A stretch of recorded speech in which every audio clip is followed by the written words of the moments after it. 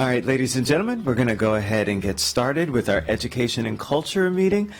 Today we've got three different work sessions. Our first one will be on Montgomery College's capital budget and the amendment to the FY19 through 24 capital improvement program.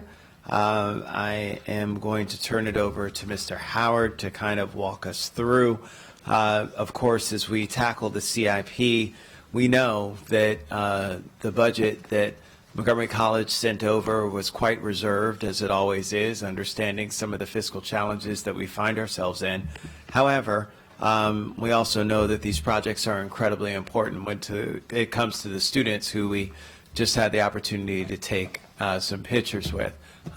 In all of our interactions, we know that it's our students that attend Montgomery College who are oftentimes doing it because they are trying to make sure they can handle responsibilities that may be at home, along with balancing that with the need to continue their pursuit of higher education degree. At the same time, there may be students who are experiencing challenges financially that would not afford them the ability to go to another four-year institution, and so have made the choice to do something that gives high quality but is still affordable, or just in the case of a person where it comes to convenience. But either way, we should always make sure that the facilities that we provide for these students, whether it be in any one of those circumstances, should be commensurate with all of the other facilities that we pride ourselves in having here in Montgomery County. And so from that perspective, we certainly understand the need to continue to make sure that all of our campuses boast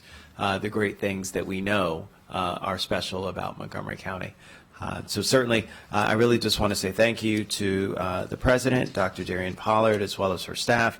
I know that we've got Donna Shenna, who's here, as well as Marvin Mills, John McClain, and Christina Schramm, who's the budget crunching. And then, of course, we have Mary Beck from our Office of Management and Budget as well. So thank you very much to all of you for working together, along with our able staff who leads us every year from our education space, Mr. Howard. So, Mr. Howard, I'm going to turn it over to you to kind of walk us through. I know there are decision points that we have to make regarding each of these. There are some recommendations that I have as we go through the packet, and so I'll just stop and ask my colleagues as I turn on the lights to just let me know if you have questions. This will be one where we will just interrupt instead of waiting until the end. So, Mr. Howard. Okay, thank you very much. First of all, your able staff would like to tell you about the first error that he made in the packet. This is a review. I'm taking it back. I know. The review of the FY21 capital budget and the 21 through 26 CIP recommended by the college. Yeah, no matter how many times you look through these things, you always miss the last one until it's. And I ended up saying it. You did.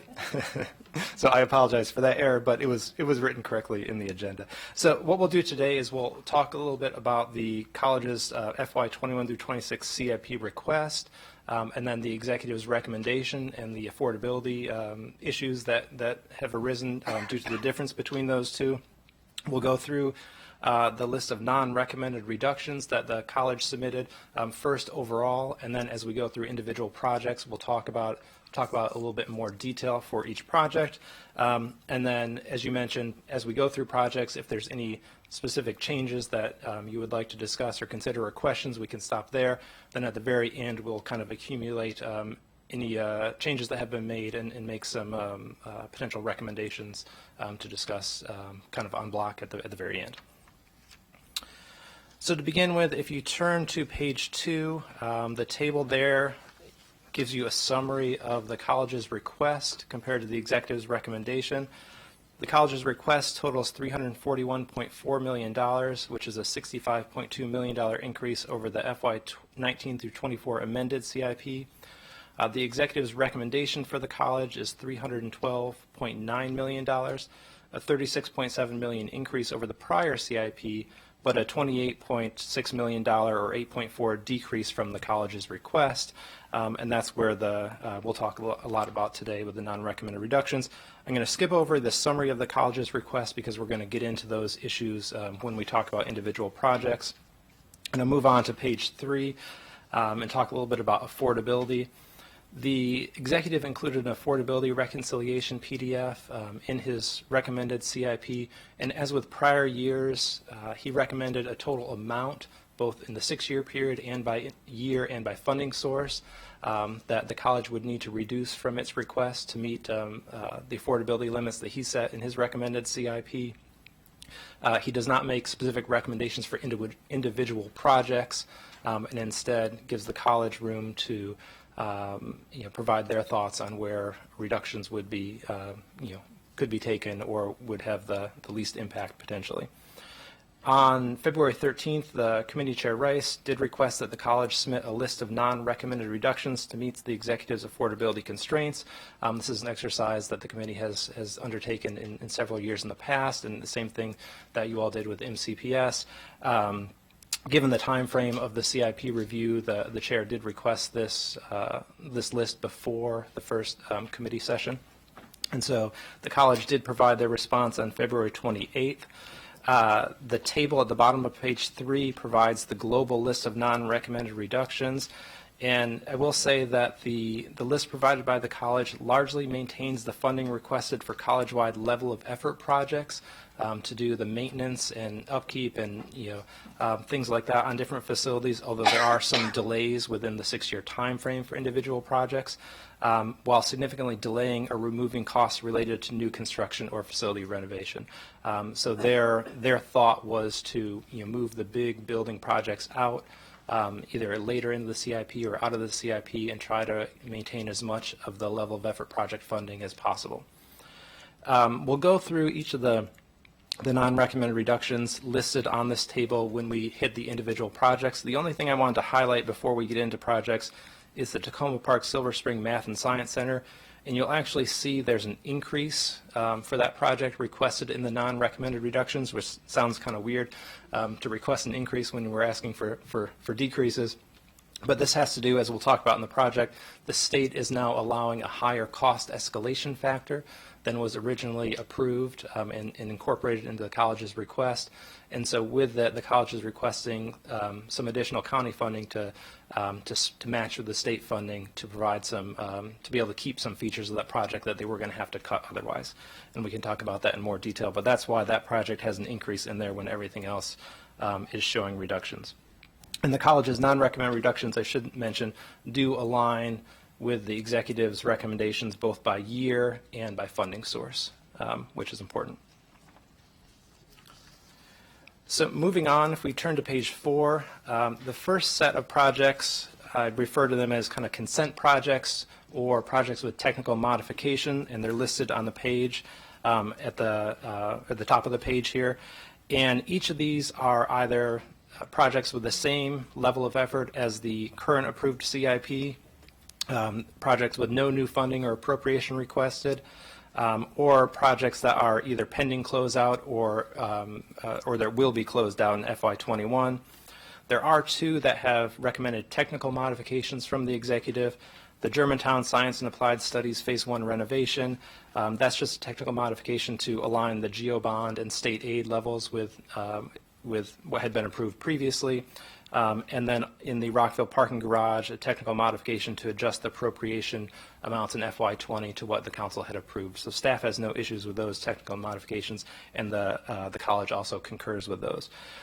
So unless there is any questions on these kind of consent technical modification projects, we can move on to any other individual projects that we'll go through. And if you want to wait to formal recommendations, we can wait to the end and do it as a big block to include whatever we discuss on individual projects. I think it might be easier for us to just do Okay. individual. So I don't see any objections from my colleagues. No lights on, no questions. So I So think move we'll forward with this. approve that. Sure. All right, so now we'll get into the individual projects for discussion. I do want to note, when applicable, we'll talk about the Infrastructure Maintenance Task Force report, as we did with MCPS, which came out recently in March, and that identifies the acceptable annual replacement costs, or how much you would want to spend per year if we're meeting all the needs we have for level of effort projects. So the first project on page 5 is the college-wide physical education renovations. And this provides for renovation of different PE buildings, turf, And one of the big projects that is going to be upcoming is redeveloping the Germantown campus baseball field to meet Division I requirements. This project is funded from student fees, so there's no county funding for this project. And the reason we included it as an individual write-up is that in prior years we had just funded it for 2-year increments, and now the college is requesting funding of $1.5 million per year over the course of the CIP. I see no objections and no lights, so we can move with approval. Okay. So the second project is Planned Lifecycle Asset Replacement, or PLAR. And as you all are aware, this funds comprehensive life cycle renewal and replacement programs to protect the investment in college facilities and equipment and to meet current safety and environmental requirements. It essentially kind of is the project that funds everything that needs to be done when it needs to be done. The college request was for $4 million per year in level of effort funding for this project, which was an increase over what had been approved in the FY 19 through 24 CIP. The increase is about $8.75 million in total. The very last row of the table is the college's, what they submitted for the non-recommended reductions. And you'll see that for the 6-year total, it would actually increase under the non-recommended reductions by a very small amount, $13,000. However, there is a lot of movement between the years in the project, between what they had originally requested and what would be affordable under the executive's recommendation. So you, instead of doing $4 million per year, they'd have $2.2 million in FY21, just a little less than $3 million in FY22, a little less than $4 million in 23.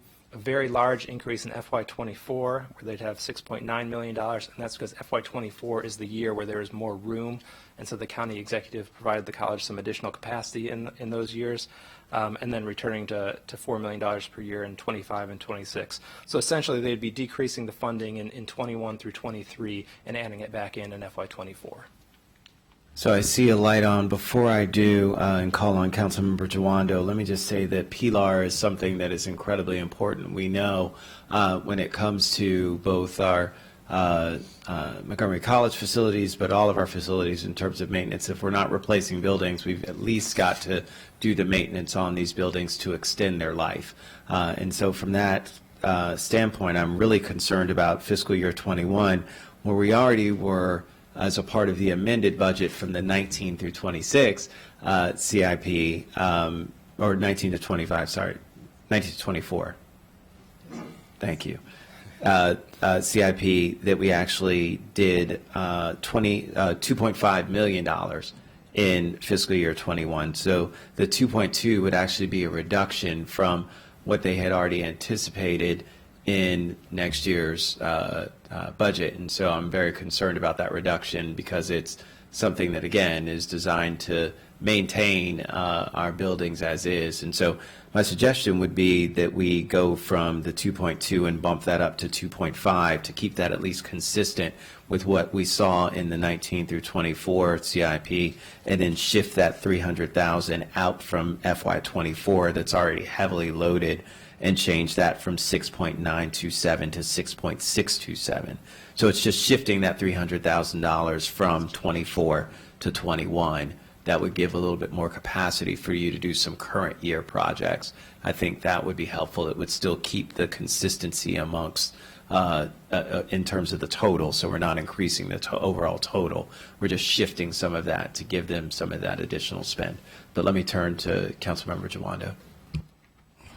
Thank you, Councilmember Rice, and I couldn't agree with you more that, you know, PLAR, especially when you're dealing with older buildings, you know, you got some new ones that you already have, but that are coming, but to keep up with student demand, and we have some great students here that I'm sure are using a lot of these facilities.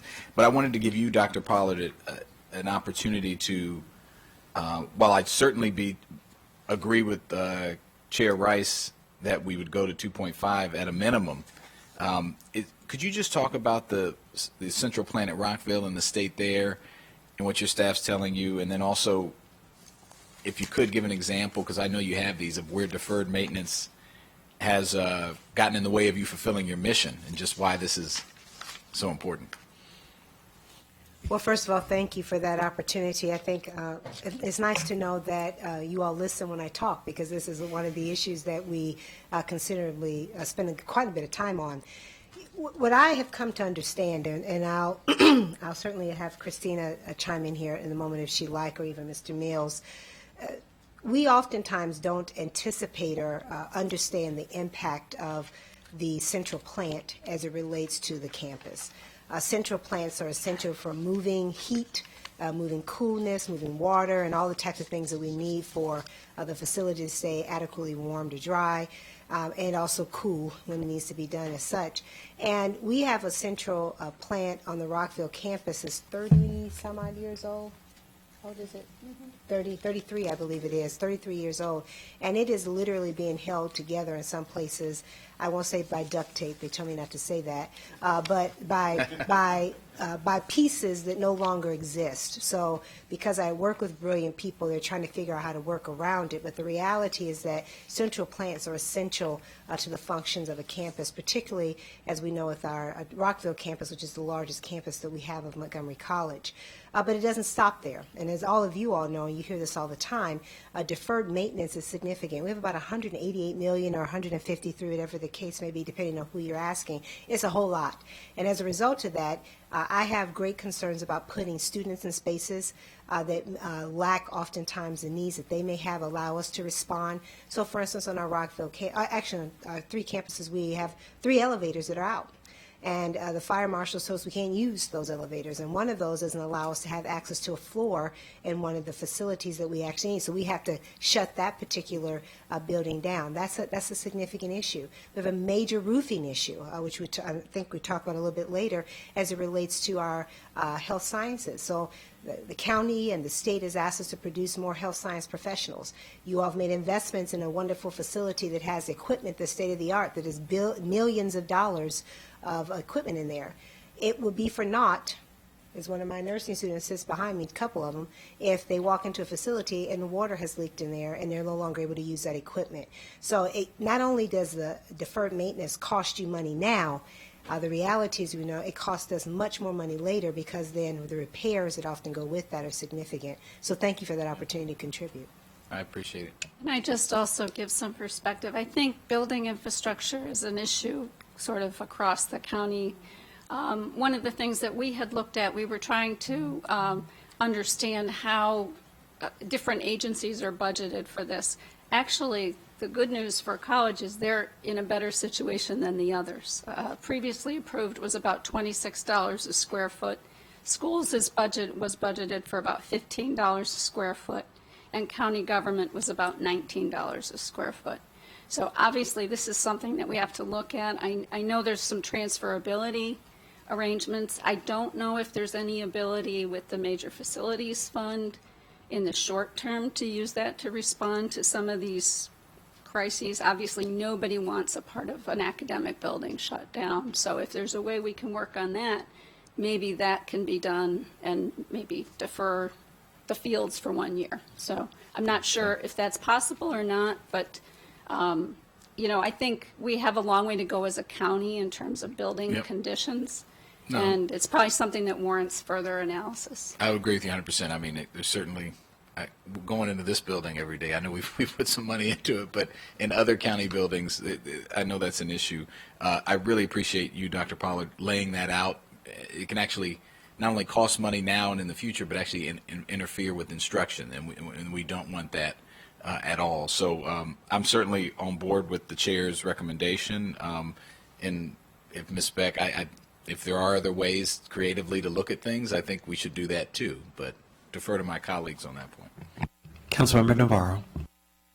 Thank you, Mr. Chairman. So there's no doubt that this particular item is the one item that usually strategically we try to enhance, because we know that we're already so behind on just major infrastructure, either rehab or expansions or remodel or anything you can think of, this is the particular item that we usually try to strengthen. I know that for MCPS, for example, in order to make sure that these facilities can at least last a little bit longer before we have to make those major investments that, of course, we have fallen so much behind. So I see this as that particular investment that helps us actually mitigate some of that future type of heavy lift.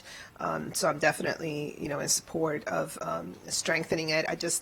Because I didn't, if you could repeat what it is that you're proposing, because it's not, I don't have it in front of me, just so that I understand the movement. Absolutely. What we're adding. So I'm thinking that what we would do is instead add 300,000 to the FY21, where it's currently at 2.2 million. So it would now be 2.5 million, which is similar. Well, it's exactly what they had in their amended Right. 19 through 24. So it's not a reduction for Right. that FY21. And then we would take that 300,000 out of fiscal year 24. So it would go from 6.927 million to 6.627 million dollars. Okay, so we're And so just front loading the that's exactly FY21. right. You've got it. Okay. You've All right. got it. Yes, I'm great with that.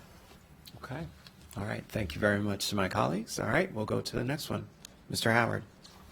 Okay, turning to page 6, the next project is capital renewal. This provides funding for the renewal and major renovation of facilities for new and changing college academic programs and student service operations. And it also replaces aging building systems and updates facilities to current building codes and regulations. In this project, the request was level of effort funding of $2 million per year over the 6 years, which is what it had been in prior years. The non-recommended reduction does not change the total requested amount. It actually increases it by $558,000. But again, it defers funding from FY22 to FY24. The college does note that deferring this funding would defer renovations from the former Rockville Child Care Center and the Rockville Counseling and Advising Building and extend the time that those buildings would remain vacant. I see no lights and no comments, so we'll go ahead and move approval with that, with no objection. Okay. The next project is planning, design, and construction. And this project we I think talk about every year. It funds 16 different positions for the college that works on a whole variety of different capital and facility issues. The college requests an increase of $354,000 for this project over the 6-year period. And the FY21 increase specifically is $50,000 to reflect a 2% increase in salary that college employees received in FY20. Remember, this project always receives the pay increases for employees a year later. And then also they've requested $13,000 per year in the project to build back their capacity because current salary costs exceed funding levels. On page 7, I have a table provided by the college showing where they're at with their planning, design, construction salary projections. In past years, they've used excess funding from other projects that were finished to transfer over to this project to help meet the different salary requirements. But as you can see in FY21, the county appropriation under the currently approved, if you're not looking at their request, is $1.85 million. But their salary expense from this project is $2.157 million. So it's higher than the appropriation level, and they've been using fund balance to kind of to meet that additional cost. They do project that fund balance will run out by FY24, and you can see under the current approved, it would be a gap of $280,000. Under their request, it would be a lower gap of $80,000. So either way, we're going to get to this point, but they're trying to get to it to take a little bit less time and have it be less of a lift in FY24. The college's non-recommended reduction for this project would leave the 6-year request unchanged. It would delay $100,000 in expenditures from 21 and 22 until FY24. And under this scenario, the projected FY24 deficit would be the same as their request, the $80,000. So I think in their non-recommended reduction scenario, it provides enough capacity to get us to FY24 without creating a huge gap that we'll have to fill at that point. Excellent. Again, appreciative of Montgomery College and the great work in trying to make all the numbers meet. So thank you very much. And I see no comments or Can I objections. just make one technical Ms. Beck. thing? The only thing I would say is I'd like to work with Craig offline. There's really no need to bank money in the CIP. And so I think the college has been very good in terms of trying to manage and shift savings into other projects and try and smooth things over. So I'm not trying to be critical. I'm just saying that there's no need to appropriate cash before you need it. And just, you're going to have a lot of pressures in the operating budget, and if we could look at it technically, and we may be able to work out something on that that would help you in the operating budget, while still giving them the money they need for the salaries when they need it. We're always open to finding creative solutions to be able to solve our budget woes. So we welcome that. So I'll make sure. Always happy to work with OMB on that. And I should have mentioned at the very beginning that there could be, each year when the executive releases his operating budget, sometimes there are current revenue recommendations related to the CIP. So we may have to come back and revisit some projects based on what happens in the operating budget. And if there's any creative solutions we can figure out, we can always bring those back to the committee as well. Excellent. And thank you, Ms. Beck, for that. All right. There's no objection or comments from my colleagues, so we'll move approval of that and go on to our next section.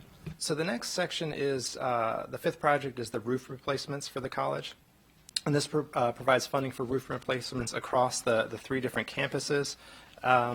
It's on the two different pages, but if you look on page 8, the college has provided, based on their request, a list of projects by campus and building that they would fund under their proposal. The college requested about $8.5 million from FY21 through 26. And this is a $4.7 million increase over the amended FY19 through 24 CIP. It averages out, it shifts each year based on their projects, but it averages out to about $1.4 million a year. The task force maintenance, infrastructure maintenance task force report recommended an annual appropriation of around $1.1 million for this project. So the college is requesting slightly above the total, but they're trying to identify the backlog by project instead of just as an average. The college's non-recommended reduction for this project would reduce funding levels in FY21 and 23 to the level in the amended FY19 through 24 CIP, while increasing FY24 expenditures by $2 million. It's kind of similar to the PLAR project where they're taking money up front and moving it back to FY24 where there would be, there's currently more capacity. The impact of this would be to delay some of the roof replacements shown in this schedule that's on the top of page 8. So I have some tremendous concerns about this, as I had with PLAR as well. And since this one is more project-oriented, I have some thoughts about some things that we may be able to move around to ensure that the projects can try and stay on schedule. It requires us to do a little bit of movement, but I think will allow for some things. So I apologize to my colleagues, but just bear with me as we do some back-of-envelope math here. Right now, we have 250 in FY21 and 250 in FY22. We also have the Tacoma Park Silver Spring Health Sciences Center. We know we want that to stay on track. We don't want to delay that project. There's movement that's already going on when it comes to construction on the Tacoma Park Silver Spring campus. We know we've dealt with some of the surrounding community and want to try and minimize the impact on the surrounding community while certainly putting forth our priorities that we know are important to us as a county. And so what I'm thinking here is if maybe we were to increase in the FY21 budget by $100,000, that would get to $350,000 for that. I understand that there may be some cost savings from some other things that you may be able to allocate to be able to help to actually still fund the Tacoma Park Silver Spring Health Sciences Center. So that would help keep that on track. And then in FY22, so for my fellow colleagues, we're talking about adding $100,000 in FY21. In FY22, if we added $50,000, that would actually be able to get us a majority of the short of the semi-annual roof inspection projects. So if we did those semi-annual roof inspections that are 200,000, we can do that, and then that allows for that not to be moved. So that helps us in 22. In 23,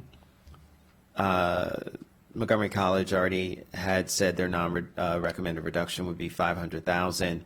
I actually would say let's bump that up to $1 million, because then we could keep on track when it comes to for FY23. It would mean delaying the Germantown High Technology Building a year to 900. That 900,000, you delay that from 22 to 23. That's on the second page there. That's got on page 8. That's got, so you delay that by a year, but at least that would pretty much keep it on track. You'd only have a delay there, so you'd shift everything basically a year. And then the same thing with Godelski in 23 going to 24. We delay that a year, and that's where that backloaded money would be. And so we just reduce the 24 budget by the amount that we increased in 21, 22, and 23. So as far as numbers go, we'd be looking at 350,000, 300,000, 1 million, and 2.962 million. And so I'm going to restate that again. So Montgomery College's non-recommended reduction was 250, 250, 500, and 3.612 million. We would increase it to 350,000, 300,000, 1 million, and 2.962 million. And then that would allow for us to have the Tacoma Park Silver Spring Health Sciences Center on track. We do our annual roof inspections on track. We'd have semi-annual roof, the short-term repairs could still happen in 21 and 22. The Germantown High Technology would delay for 1 year, so that would be a +1 in terms of delay. And the Rockville Campus Center would be delayed 1 year, and everything else, all of the other projects would remain on track. So that allows for us to avoid having major delays and allows us to be a little bit more project-centric in terms of our approach. Let me turn to Councilmember Navarro. Okay, Mr. Chairman. So, I mean, I think it's great to offer this capacity. I'm just having a little bit of a hard time because this is unusual. Usually with these kinds of amendments, we would have something, maybe from you as the person who is making these recommendations so that we can thoroughly understand the movement pieces instead of doing it on the dais.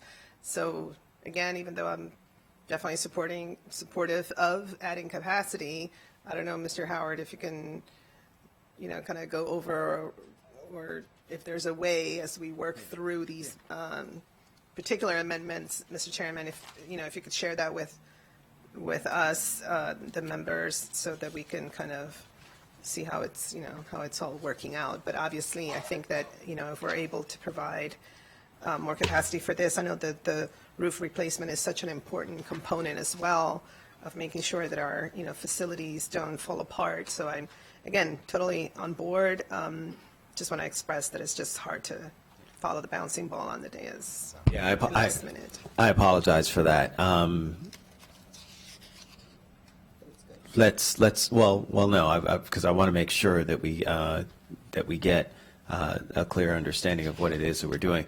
Mr. Howard, so if you can walk through currently the way we had this set up in terms of the amended budget that was sent over from the county executive, or the county executive's recommendations. Essentially, it would not allow us the capacity to do the particular projects that we're talking about. And so folks would just kind of have to, or not folks, the Montgomery College would just have to kind of piecemeal things together. Is that? Correct. Yeah. Okay. Let me walk through the different funding strings, and we'll see if Yep. that's helpful to do. Excellent. So, I mean, if you could just, in terms as it relates to the amendment, because I mean, I know what we're doing. Yeah. I just want to understand the particular proposal, how that then will help us move forward with the ideal situation. So if you can, yeah. Yeah, definitely. So if the college request was, if you look at their 21 through 26 request, it was for $1 million in 21, 1.5 in 22, 1.84 in 23, 1.6 in 24, 1.54 in 25, and then 964,000 in 26. And each of those numbers was aligned with the table on page 8, which shows how they plan to spend that money on the different projects. Based on the executive's recommendation, they did submit the non-recommended reductions, which is the bottom line of the table, and that, of course, reduces significantly 21 and 22 and 23 from what they had requested, which would have kind of forced them to revise and rethink that entire schedule. Essentially, the schedule on page 8 kind of goes out the window because they would have to start from scratch and redo it. What Councilmember Rice's amendment would do, as I've written it down, would be to change the funding string to $350,000 in 21, $300,000 in 22, $1 million in 23, and $2.962 million in 24. Those numbers are still less than the college's initial request, but would give them more capacity to keep the schedule on page 8 either on track or closer to on track. Some projects would move by a year, would be delayed by a year, but everything else would be able to stay largely on track. And I'm told that part of that is because they would be able to hopefully find some savings in another project to help with the, in FY21 with the Tacoma Park Silver Spring Health Sciences Center. Right now, under Mr. Rice's amendment, it would have $350,000 in there. The project would cost $900,000, but then they would look within existing projects to find any unused capacity possible, and then the board would transfer that over to this project. And again, I apologize to my colleagues for this. Councilmember Jawando. Thank you, Mr. Chairman. So I understand the difference between the 19 through 24 approved and the request. I'm assuming, Dr. Pollard or whomever you want to respond, stuff happened, is that because initially this plan was developed sometime since that, and the roof, am I correct, did roofs deteriorate, or what changed? Because obviously the 250 that was in the amended and then the 250 that's in the non-recommended, obviously circumstances changed. I just want to get a little beher understanding of Sure, how. I would attribute it to two factors. One, as you said, things happen, so things do deteriorate over time. Right. Second has been the decrease, continuous decrease in the budget over the last several years. So the reality is that what at one point we may have asked for 2 or 3 times that amount, based on the fact that we've had to reduce that consistently. I want to say almost, I had in my numbers here, our total request for our capital is $110 million less than our 10-year high for the 6-year period. So we've constantly responded when asked about these non-recommended reductions. So as a result of that, what you're seeing is the byproduct that.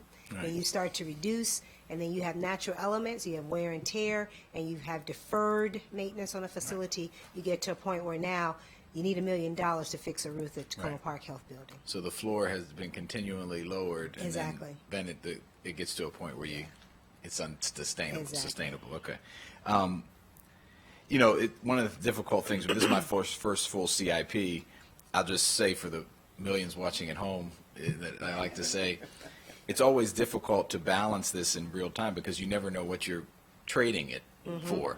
And it's just a difficult situation. But the way this is a need. We need it. The students behind you and the ones not here need it. And we certainly, like you said, don't want a leaky roof to damage equipment that we paid for or to stop classes from happening. So I think I understand it. 350, 300, $1 million, 2962, and 24. I would be, and that's a total increase of 150. This is dangerous too. 650. Okay, yeah.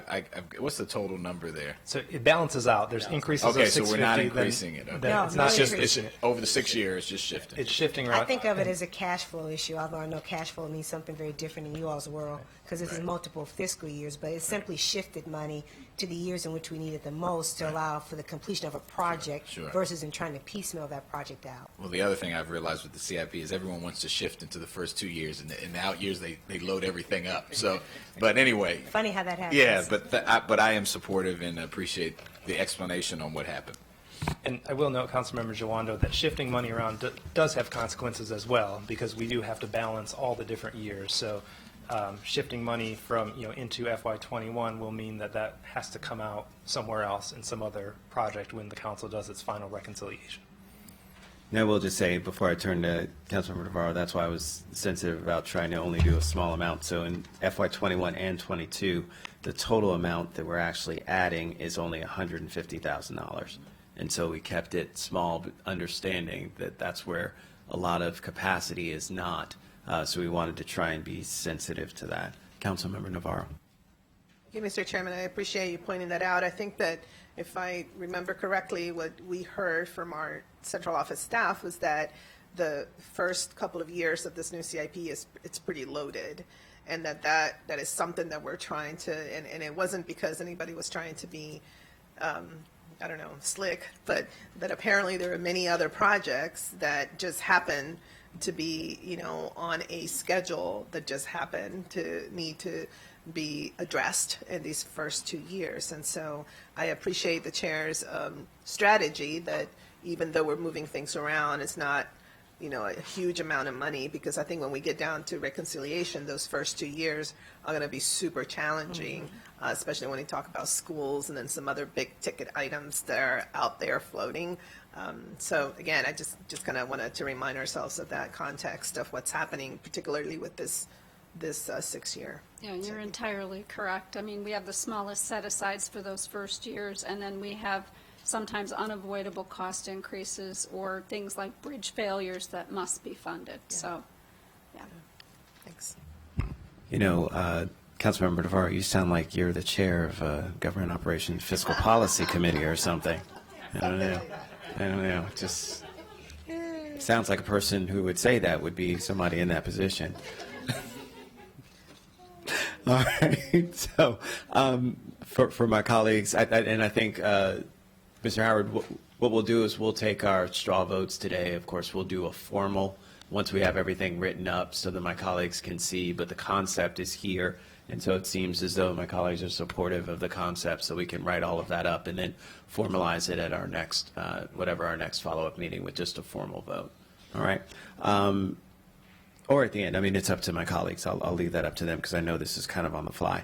ADA compliance, we'll go on to the next one. Yep. So ADA compliance, the college requests a $150,000 increase in this project. During FY20, they've initiated an ADA study and a transition plan where they're going to go campus by campus and do a study of all the buildings and facilities and identify any ADA issues and then the actions needed to address those issues and remove any barriers. As a result, they're requesting the increase in this project. The non-recommended reductions that they submitted would reduce funding in FY21 and 22 and increase it again in our favorite year of FY24. The overall level of funding would not change from what they're requesting. Again, it's just a delay until FY24. For this particular project, council staff notes that the impact of this delay might be less than other projects since they're doing a year-by-year survey and review of each campus. So there may not be as many projects that they have ready and lined up in the queue that they need the funding for immediately. So that is probably less impactful than PLAR and some of the roof replacements and those types of projects. I don't see any comments from my colleagues, so we'll go ahead and move approval of that. So the next project on page 9 is site improvements. The college requests $1.5 million for this project in FY21, followed by level of effort funding of $800,000 per year for FY22 to FY26. The large increase in FY21 would be to fund the replacement of parking lot 10. on the Rockville campus, which includes a whole variety of different components, including redoing the parking lot, redoing the curbs, doing some tree protection efforts and in compliance with the City of Rockville's forest conservation requirements and things like that. The college's non-recommended reduction for this project would result in a 6-year decrease of $900,000 compared to the initial request, and most of that decrease would occur in FY21, which would remove the funding to replace either all or majority of the funding that they're requesting to replace parking lot 10. All right, I see no lights from my colleagues, and so begrudgingly we will accept these recommendations as well. All right, the next project on page 9 is another one that we've talked about quite a bit over the past couple of years. It's the college-wide library renovations project. And this one is intended to fund the renovation of libraries initially it was to fund the renovation of libraries on all 3 campuses. Now it's been changed a little bit, as we'll talk about in a second, and it's just for Rockville and Tacoma Park. The FY21 to 26 request is a $10.5 million increase over the amended FY19 through 24. Primarily because the beyond 6 years costs are moving into the 6-year CIP in their request. But there is several changes to this project I wanted to note. The main change is that the Germantown Library renovation is now removed from the project, and the college plans to do this as part of the Germantown Student Services Center project, which we're going to discuss next. And as part of that project, that's a state-funded project, so it's split 50-50 between the county and the state, and so that library would then take advantage of state funding as well as county funding. The $4.75 million for the Tacoma Park Silver Spring Library is accelerated to FY21 from FY24 compared to what was previously approved. The council did approve $400,000 in FY20 for the design work on this library, and that is 100% county funded. The $10.9 million in funding for the Rockville Library renovation is requested in FY23, and additionally the college does propose splitting this 50-50 between state aid and GO bonds, as was originally requested by the Office of Management and Budget. In the last approved CIP, this was a 100% county funded project. So that was the college's request. Under the non-recommended reductions, there would be some changes to this to their ideal scenario. The non-recommended reduction would reduce the project by $4.75 million by moving the construction costs for the Tacoma Park Silver Spring Library outside the 6-year CIP timeframe. The Rockville Library project would be delayed from FY23 to 24, but it would stay in the total amount, and it would stay split 50-50 between GO bonds and state aid. So the big difference is the Tacoma Park Silver Spring would be not on a set schedule at this point. It would be, you'd have to take that up as part of the next 2-year CIP cycle in 2 years. And I'll stop for questions, comments before. Yeah, I'm going to turn to our lead for libraries, Councilmember Jawando, who I think has a couple things to say about these projects. Thank you, Mr. Chairman. And I realized as I was reviewing last week this information, as I am the lead for libraries, and that's all libraries, so I have to get by these 2 as well and include you all in my my library tour. So it's just grown from 22 to at least 24, so or 25. So I understand the reason for the cut and appreciate the college as always being a good team player and coming back and making tough decisions. I guess I would ask, considering that we have a whole bunch of Tacoma Park students right behind you too, what's the in your mind, and anyone can comment on this, the effect of moving it out of the 6-year CIP, the Tacoma Park in particular, and can we wait that long?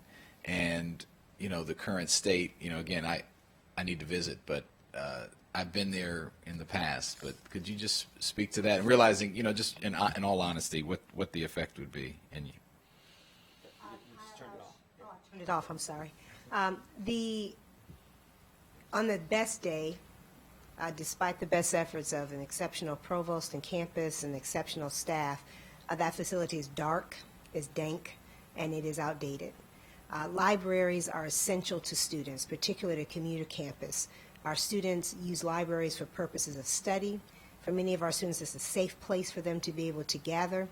Many of them don't have the ability to study and have access to certain materials at home. So the idea of a library certainly is essential to what one thinks about in terms of a college experience, even more so amplified when you are on a community college campus.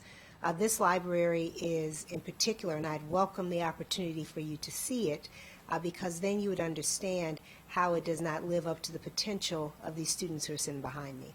So I think the idea for us is that moving this out further compounds an already significant issue, because we know we need more space collectively for our students, and libraries are essential to that.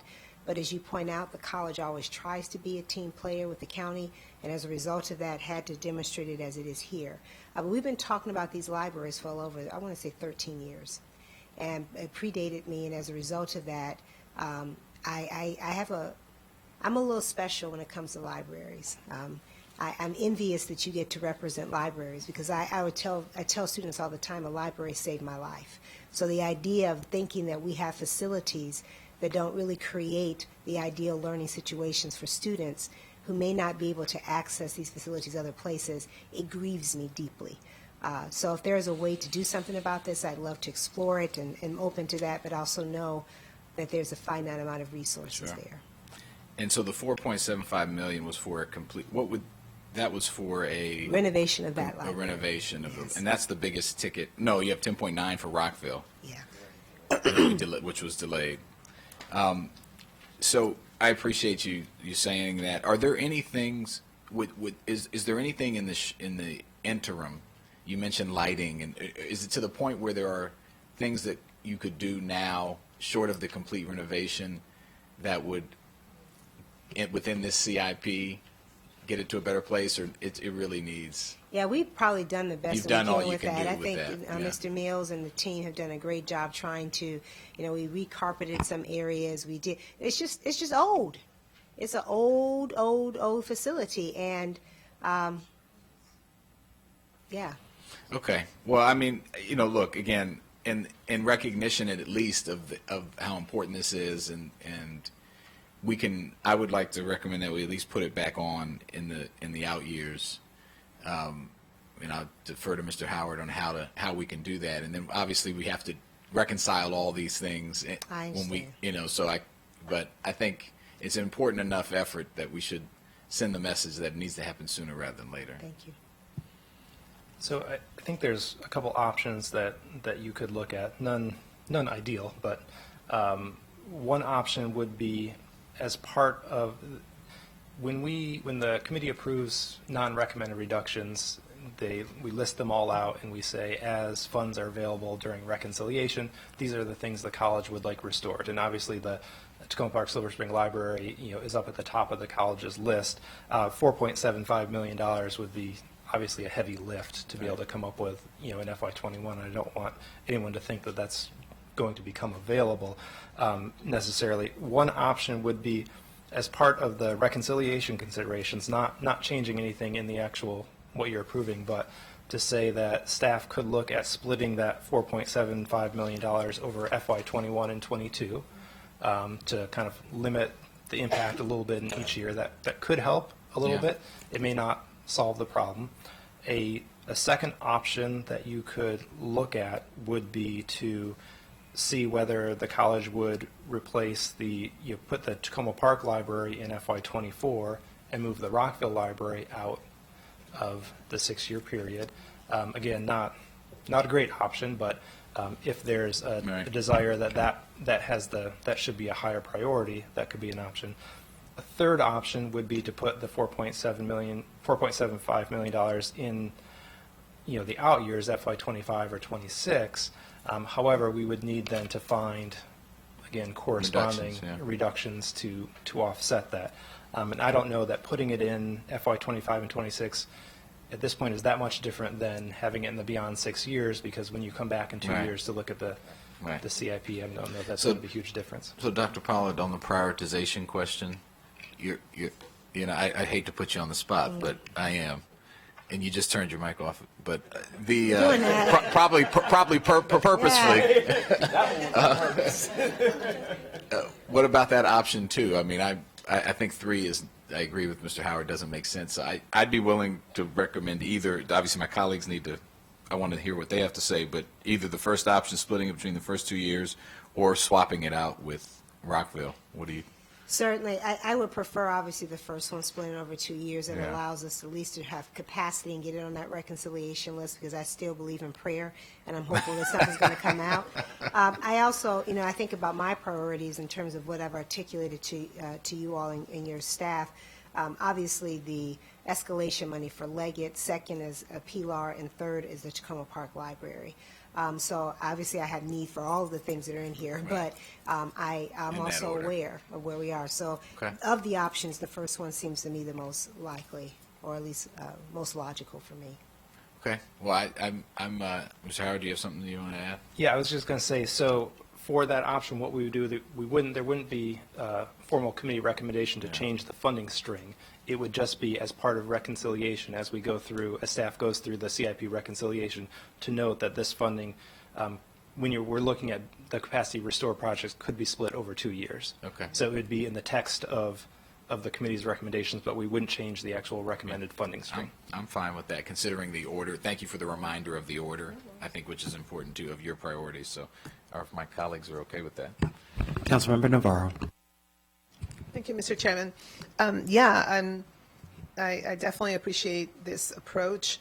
I think that, it bears repeating the fact that libraries, the nature of libraries have really changed, and it keeps evolving. And I think for the mission of the college specifically, as you were saying, Dr. Pollard, having these spaces where many students who perhaps don't have, other spaces to do all the work and the homework and all of that, this provides a really amazing asset. And as we also have conversations with the HHS committee and the rec committee and talk about how a lot of these facilities now are really multi-purpose, I see it as that. I see it as that investment that is not, purely just the academic piece, but also recognizing that we have a lot of students who are low income and a lot of students who, again, may not have, those types of spaces at home to be able to do all the studying and all the work and all the collaborating that is important. So I just want to remind ourselves that that conversation about libraries 10, 15 years ago now is really different. And whatever we can do to strengthen those spaces, they're going to be used very, very well. So thank you for that approach. All right, so it seems as though that's the committee's recommendation, is to make sure that that language is in the text that says that we would like to see it split over the 2 years, and we'll see come reconciliation what we're able to do. I will just share as a quick aside, and I know we'll be taking up libraries in a little bit anyway, but did just want to say it was very interesting. I found a new use of our libraries, which is a meetup spot. My daughter on Saturday, that was where all of her friends decided to congregate before they decided where they were then going to disperse for the evening. And so they all decided to meet at the Germantown Library. And so when, I literally picked her up from Topgolf Germantown and dropped her off at Germantown Library. She truly could have walked. That's a whole nother conversation about our, generation now. But it is just very interesting how it keeps just evolving and all the different things that our libraries become. And this was right before closing. And right at closing, I did see a number of people hustling in to get into the library before the library actually closed its doors. And even after the technical time in which the library was closed, there are a couple students who still snuck in to the library to get what they needed, because that's what librarians do. They want to make sure that folks have what they need. And while I was sitting there, standing out and waiting for my daughters to decide what their plan was, so myself and her mother would know where she was going to be for the evening, I saw a number of people who were leaving the library who obviously were experiencing homelessness at the time. And it reminds us of how our libraries are used by all of our citizens, and they went on to whatever their next place was going to be. But that safe place that they had had throughout that day on Saturday had provided a space for them that provided shelter, possibly a number of other things that they could have done as well. And so it's always just a reminder of how important all our library spaces are on so many different facets. And we don't always think about every single one of them, but it certainly is one in which your library tour has certainly opened up our eyes to a lot more of what our libraries mean. So thank you very much for this very good discussion about precursor of our libraries here in the county. Mr. Howard, back to you, Germantown Student Services Center. Okay, Germantown Student Services Center was included in the FY19 through 24 amended CIP. The FY21 through 26 request shows a large increase of about $55.8 million from what was previously approved. Most of this, or a lot of this, is due to the beyond 6 years money coming into the 6-year time frame. The other significant change is, as I noted earlier, the library is now going to be part of this project, where previously it was a separate standalone item in the library renovations project. And it's also going to include the addition of a bookstore as part of the project when they include the library as well. The college's request would have the construction start in the fall of 2023, with the expectation that the facility would open in the fall of 2025. Similar to the library renovation project, the non-recommended reductions would push some of this, would delay this project, the large building project, and push some of the funding outside of the 6-year CIP. So it would decrease the 6-year total of $50.9 million, and $34.8 would be in the beyond 6 years. Overall, the first funding would be in FY23 instead of FY22, and it would spread some of the other expenditures over a larger time frame. So in essence, there would likely be a delay in the opening of the facility to 2027, probably at the earliest. All right, I see no lights on. I will just say, and again, this is another one in which, unfortunately, because it's such a large project, the capacity just is not there for us right now. But certainly when we take up our CIP in another 2 years, that will certainly be something that folks will, hopefully take a look at and try and make decisions based on how important this project is to the Montgomery College Germantown campus. Okay, Mr. Howard. Okay, on page 11, project number 10 is the Germantown Student Affairs and Science Building Phase 2 addition. This is a new project for the CIP, and it would fund the demolition of the north side of the Student Affairs and Science Building and rebuild it from 2 stories to 3 stories, which would provide the college with a net gain of 18,000 gross square feet to the building.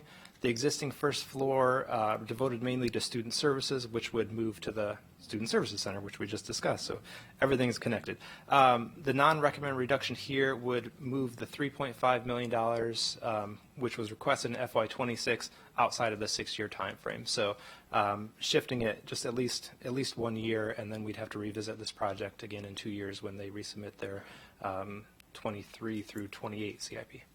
And again, the comments for the previous hold true for this, that again, we'd come back to this when we look at our CIP in another 2 years, and then be able to see what we may be able to do about accelerating some of this, hopefully, if revenues are in a better place.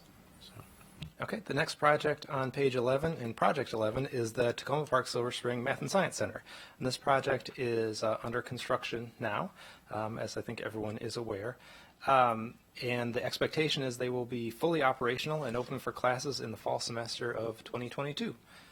The college's request initially included a 4.0% cost escalation increase, which totaled $286,000 for furniture and equipment as allowed by the state. And again, these increases are split 50-50 between GO bonds and state aid, so it's leveraging state funding. After the colleges submitted their request, they received information from the state that usually the state asks you to reduce. Now the state's giving more.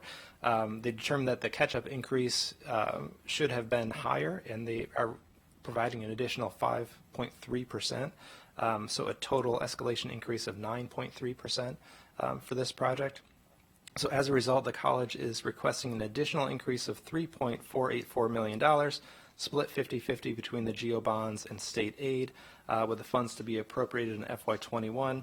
And as I noted before, the college offset this proposed, the GO bond portion of this proposed increase with other recommended reductions to stay within the executive's affordability marks, because they felt this was such an important addition to keep the money for this project. Yeah, this is great news, so that's excellent. All right, without objection. Yep. Okay. Then the last three projects we can kind of talk about together. They're all information technology related projects, information technology, network infrastructure and server operations, and student learning support systems. Each of these projects just shifts around funding between years to meet, and it's all current revenue funding to meet the executive's affordability reconciliation. And it's possible that we may have to come back to these projects in conjunction with the operating budget, depending on what happens with the executive's current revenue reductions. But there's no total decrease in their request. It just realigns money so it is the same level as the 19 through 24 amended CIP. And again, to my colleagues, without objection or comment. All right. All right, so that brings us to the end. And what I have as the committee recommendations is the approval of the consent and technical modifications project, the approval of the non-recommended reductions submitted by the college, except for the changes made in the roof replacements and PLAR project, the language to go along with the reconciliation list on the Tacoma Park Silver Spring library, and then it would be just approve all other projects as requested by the college that were not changed by the executive. Excellent. And again, if you, Mr. Howard, could just send out a quick memo just to the council members about what those changes are, just spreadsheet with noting what those changes are, that would be helpful, just so we know that piece of it. And I really want to say thank you. Thank you very much to the college for, again, continuing to always be great partners, understanding initial request to non-recommended reductions, continuing to just be a good partner is incredibly important and appreciated. It's the reason why we really try and roll up our sleeves each and every time to be creative in what it is in terms of our support. But even more than yourselves and your great work with us, it's who is behind you who really matters most. And to the young people who came out today, I want to say thank you. Thank you for your advocacy. You are seen and you are heard.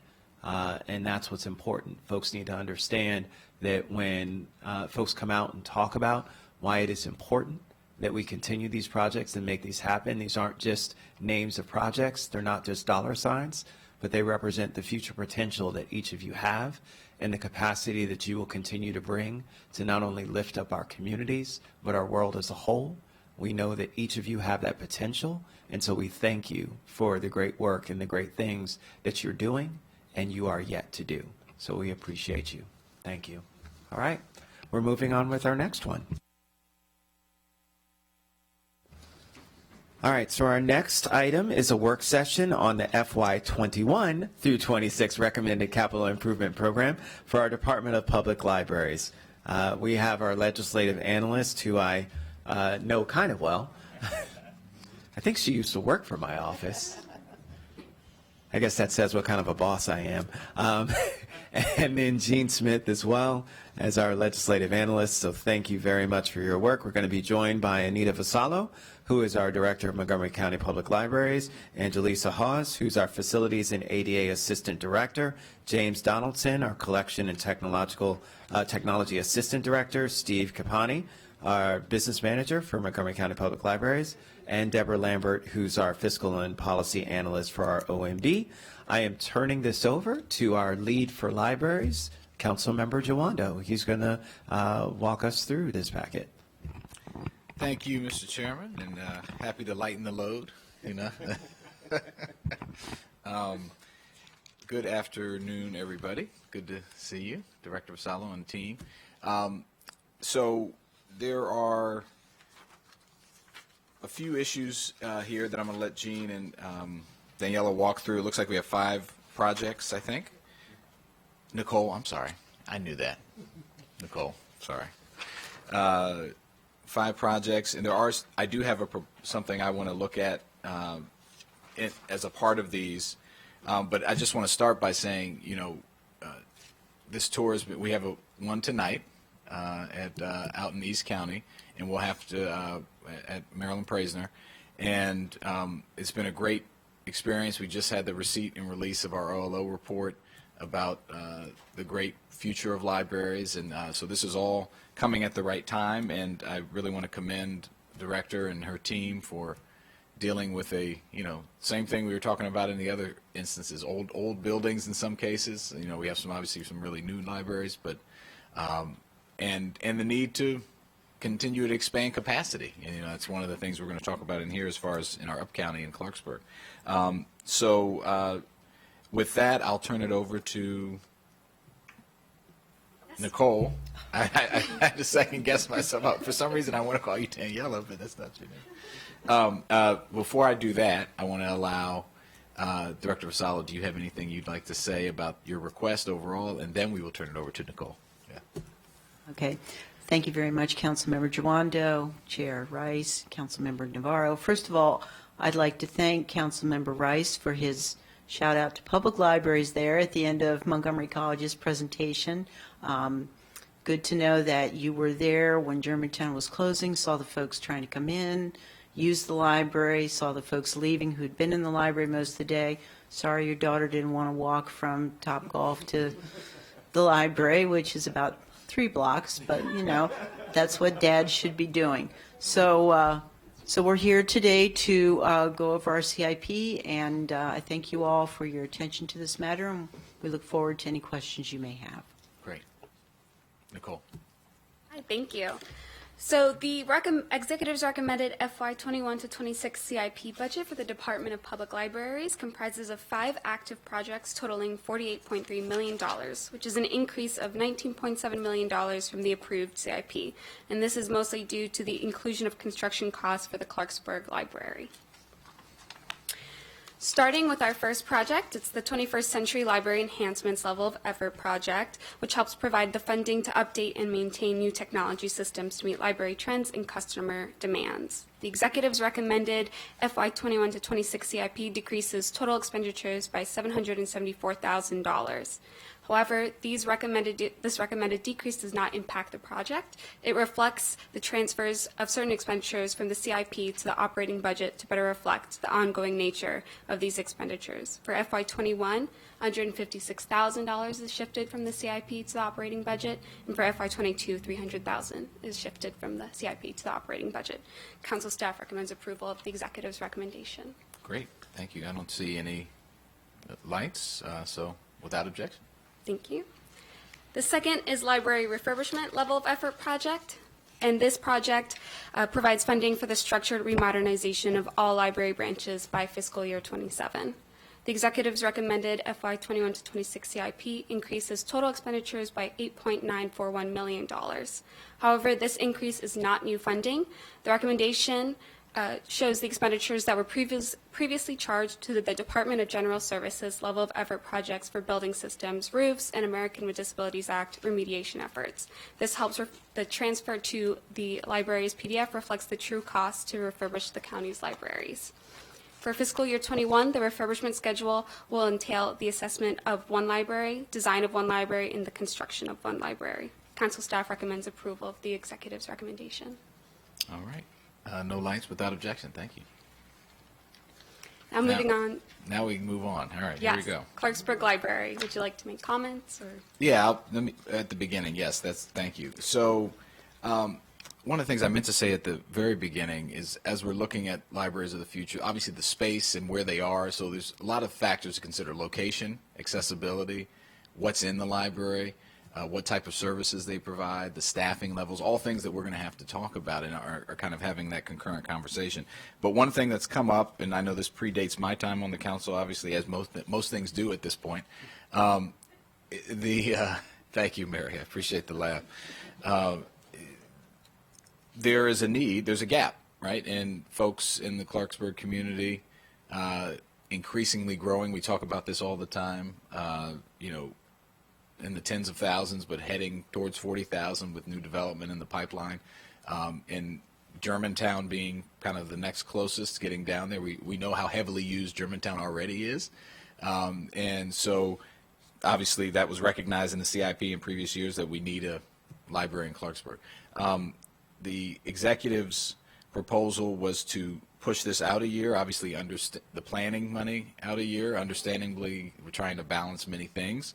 But I wanted to speak with staff. I know we had some initial conversations, and for my colleagues to see if there might be a way to move at least some of that planning money into back to 23, even if it's not the full $1 million that was in the approved 19 through 24 CIP. So my suggestion was moving the $453,000 that was in the CE's recommendation for planning, and I want to get the Director Fasalo and anyone else who wants to comment feedback on what that would mean and how you would use that to the 23 to FY23, and then the balance to FY24, the $2,721,000.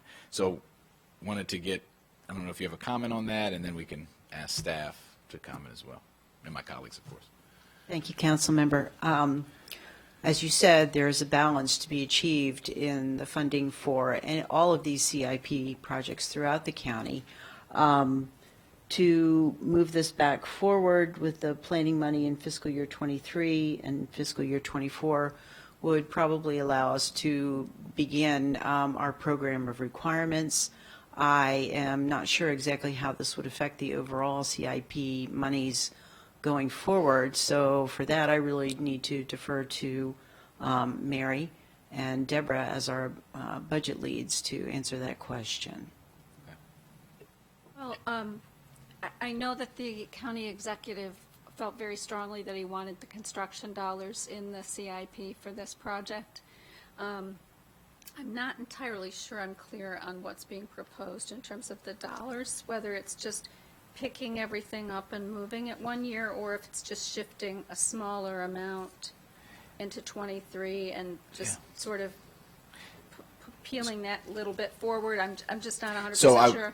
The idea was moving the $453,000 back to FY23, and then we could split up. I was just talking to Councilmember Rice. We could split up the construction dollars over 24 and 25, and say maybe do, 500 in 24, and then 2.2 in 25, where you have the balance. I mean, I'm open. Realizing there's a lot of pressure on 24 already, it seems like. Right. But really, my main goal here, to the director's point, is to try to get the planning, get this going sooner rather than later. Yeah, I think that one of the things I do recall from the when we were trying to reconcile the CIP before we submitted in January, one of the challenges we had was the FY25, primarily because of the way some of the school adjustments were falling, was very challenging. And so that's why you see as much of the construction, frankly, in 26 on this project. Right. And I'm not proposing moving that. I understand that. Okay. This would just affect, so it would move the 453 to 23, put 500, and take 500 from the 25 and put that in 24, and then keep reduce the 25 request to 2.2, and then keep the same 11.5 in 26. Okay. And one thing I do want to be clear about, the construction figures at this point, because we have not finalized the POR, are very much placeholder Sure, numbers. of course. So that will change. Well, that's my point too. And Yeah. if we can move the planning up, and if we can look at this in another 2 years, maybe we could move the whole project up. Obviously, it's too early to tell right now, but the planning's obviously that first step. Yeah, So, I think that those are relatively small dollars with what you're talking about, if I understand it correctly. Yep. So that's probably something that could be okay. looked at. I know Councilmember Rice, and then we'll turn to staff. Yep. Oh, I'm sorry. Councilmember Navarro had her light on first. Yeah. Right, I just wanted to just confirm, I think that this exchange answered my question, because in essence, what it's doing is that it is accelerating the work for the POR, et cetera, which then there will be the opportunity to assess exactly what the amount would be for the construction, and then a decision can be made in subsequent CIPs whether there is an opportunity to accelerate, which I think it's very reasonable, and I think the community would also appreciate that because it means that things are happening a little bit faster. So I would definitely support that. Councilmember Rice. Thank you very much. As district council member, I just say amen, amen, amen. That's really why he let me lead the conversation. I didn't do it. No, let me just say that, no, it is indeed, and thank you, Madam Chair of GO, for highlighting that. That is exactly what this is. If we can go ahead and accelerate understanding what this project is and really get the groundwork laid for what it's going to look like and what our true costs are going to be, it's going to benefit us in the long run anyway. And so having that identified also gives a nod to the Clarksburg community that's been waiting for some things for a while as well. So it accomplishes multiple things. And as Ms. Beck said, for a relatively small amount of money, we're not talking about large amounts of money here. And so I support that wholeheartedly with the 453, 500, then 2.2, and keeping the 11,558 and 26. Thank you, Ms. Rice. I think you have a recommendation. Do you all have anything to add? We're good. Okay, great. Next project. Okay, now we have the Noise Library for Young Children Rehabilitation and Renovation Project. The executive recommended an increase of $792,000. Under County Executive Ike Leggett, the county and the Noise Children Library Foundation entered into a memorandum of understanding that stipulated the financial responsibilities per each party, among other things. It also noted how to address an increase in costs if there were to be one. As we just stated, the executive did recommend an increase in total expenditures, and that total is also to be divided amongst the foundation and the county, with the foundation requiring to meet a certain contribution level. Currently, in the memorandum of understanding, the county was not obligated to continue with this memorandum of understanding if the foundation could not raise their fundraising level by the end of 2018. Currently, as noted in public testimony, the foundation has raised $835,000. The current MOU has noted that $1.25 million was required in contribution amounts. There is now an updated contribution amount in this PDF. The executive has continued with this PDF, and we wanted to note that if the county executive and the foundation were to renegotiate their MOU, that there might be an amended PDF that the committee and the council would have to review. Otherwise, council staff recommends approval of the executive's recommendation. Okay, thank you. And I just wanted to ask to the county executives folks, is there any update on that? I know. What I would say, Deborah Lambert from the Office of Management and Budget, that the Department of General Services is expecting an updated cost estimate in the next couple of weeks, and we will have better numbers at that point in time. Periodically, my understanding is that the cost estimate is updated. I think the construction documents are in a place right now where a new estimate is required, and we'll have those figures in a couple of weeks. But at this point, these are the latest and greatest numbers that we're reflecting on the PDF. Okay, so obviously when you get new cost estimates, they go up, not down most of the time. I mean, I guess it could depend, to the director, Vassallo, I mean, I know I've been in touch with the Noise folks, and it's a great facility, and haven't done that visit yet, but they had been kind of stalled a little bit on the fundraising. It's been in the 800,000s for a long time. Maybe, I want to get your opinion on where this is, and then we can decide, talk about what we need to do. Thank you, Council Member. The Noise Children's Foundation, with the best will in the world, has run into some challenges in raising their allotted share of the funding for this particular project. They've been stalled a little bit at around $800,000 for a little while now. I do know that the foundation has engaged the services on a pro bono basis of a professional fundraiser, if you will, who will be working with them to see if he can source some larger donations from funders. I know that the foundation members were concerned at the increase in the costs of the project. And there was some concern that they had not been advised of the construction increases in a timely manner. I think we have resolved the concerns regarding that. The Noyes Library project, when it comes to completion, will serve as a focal point for early childhood literacy services throughout the county. I think that I do support the county executive's recommendation in terms of this. There are other things moving forward with the library system that will allow us to provide, again, enhanced and increased early literacy services. This facility will serve as a training center, which is to be desired. But I know that, as I said before, there are many competing demands upon the CIP, and to be honest, I don't feel that this particular project should take precedence over some of the other things. Okay, thank you, that's helpful. Ms. Beck?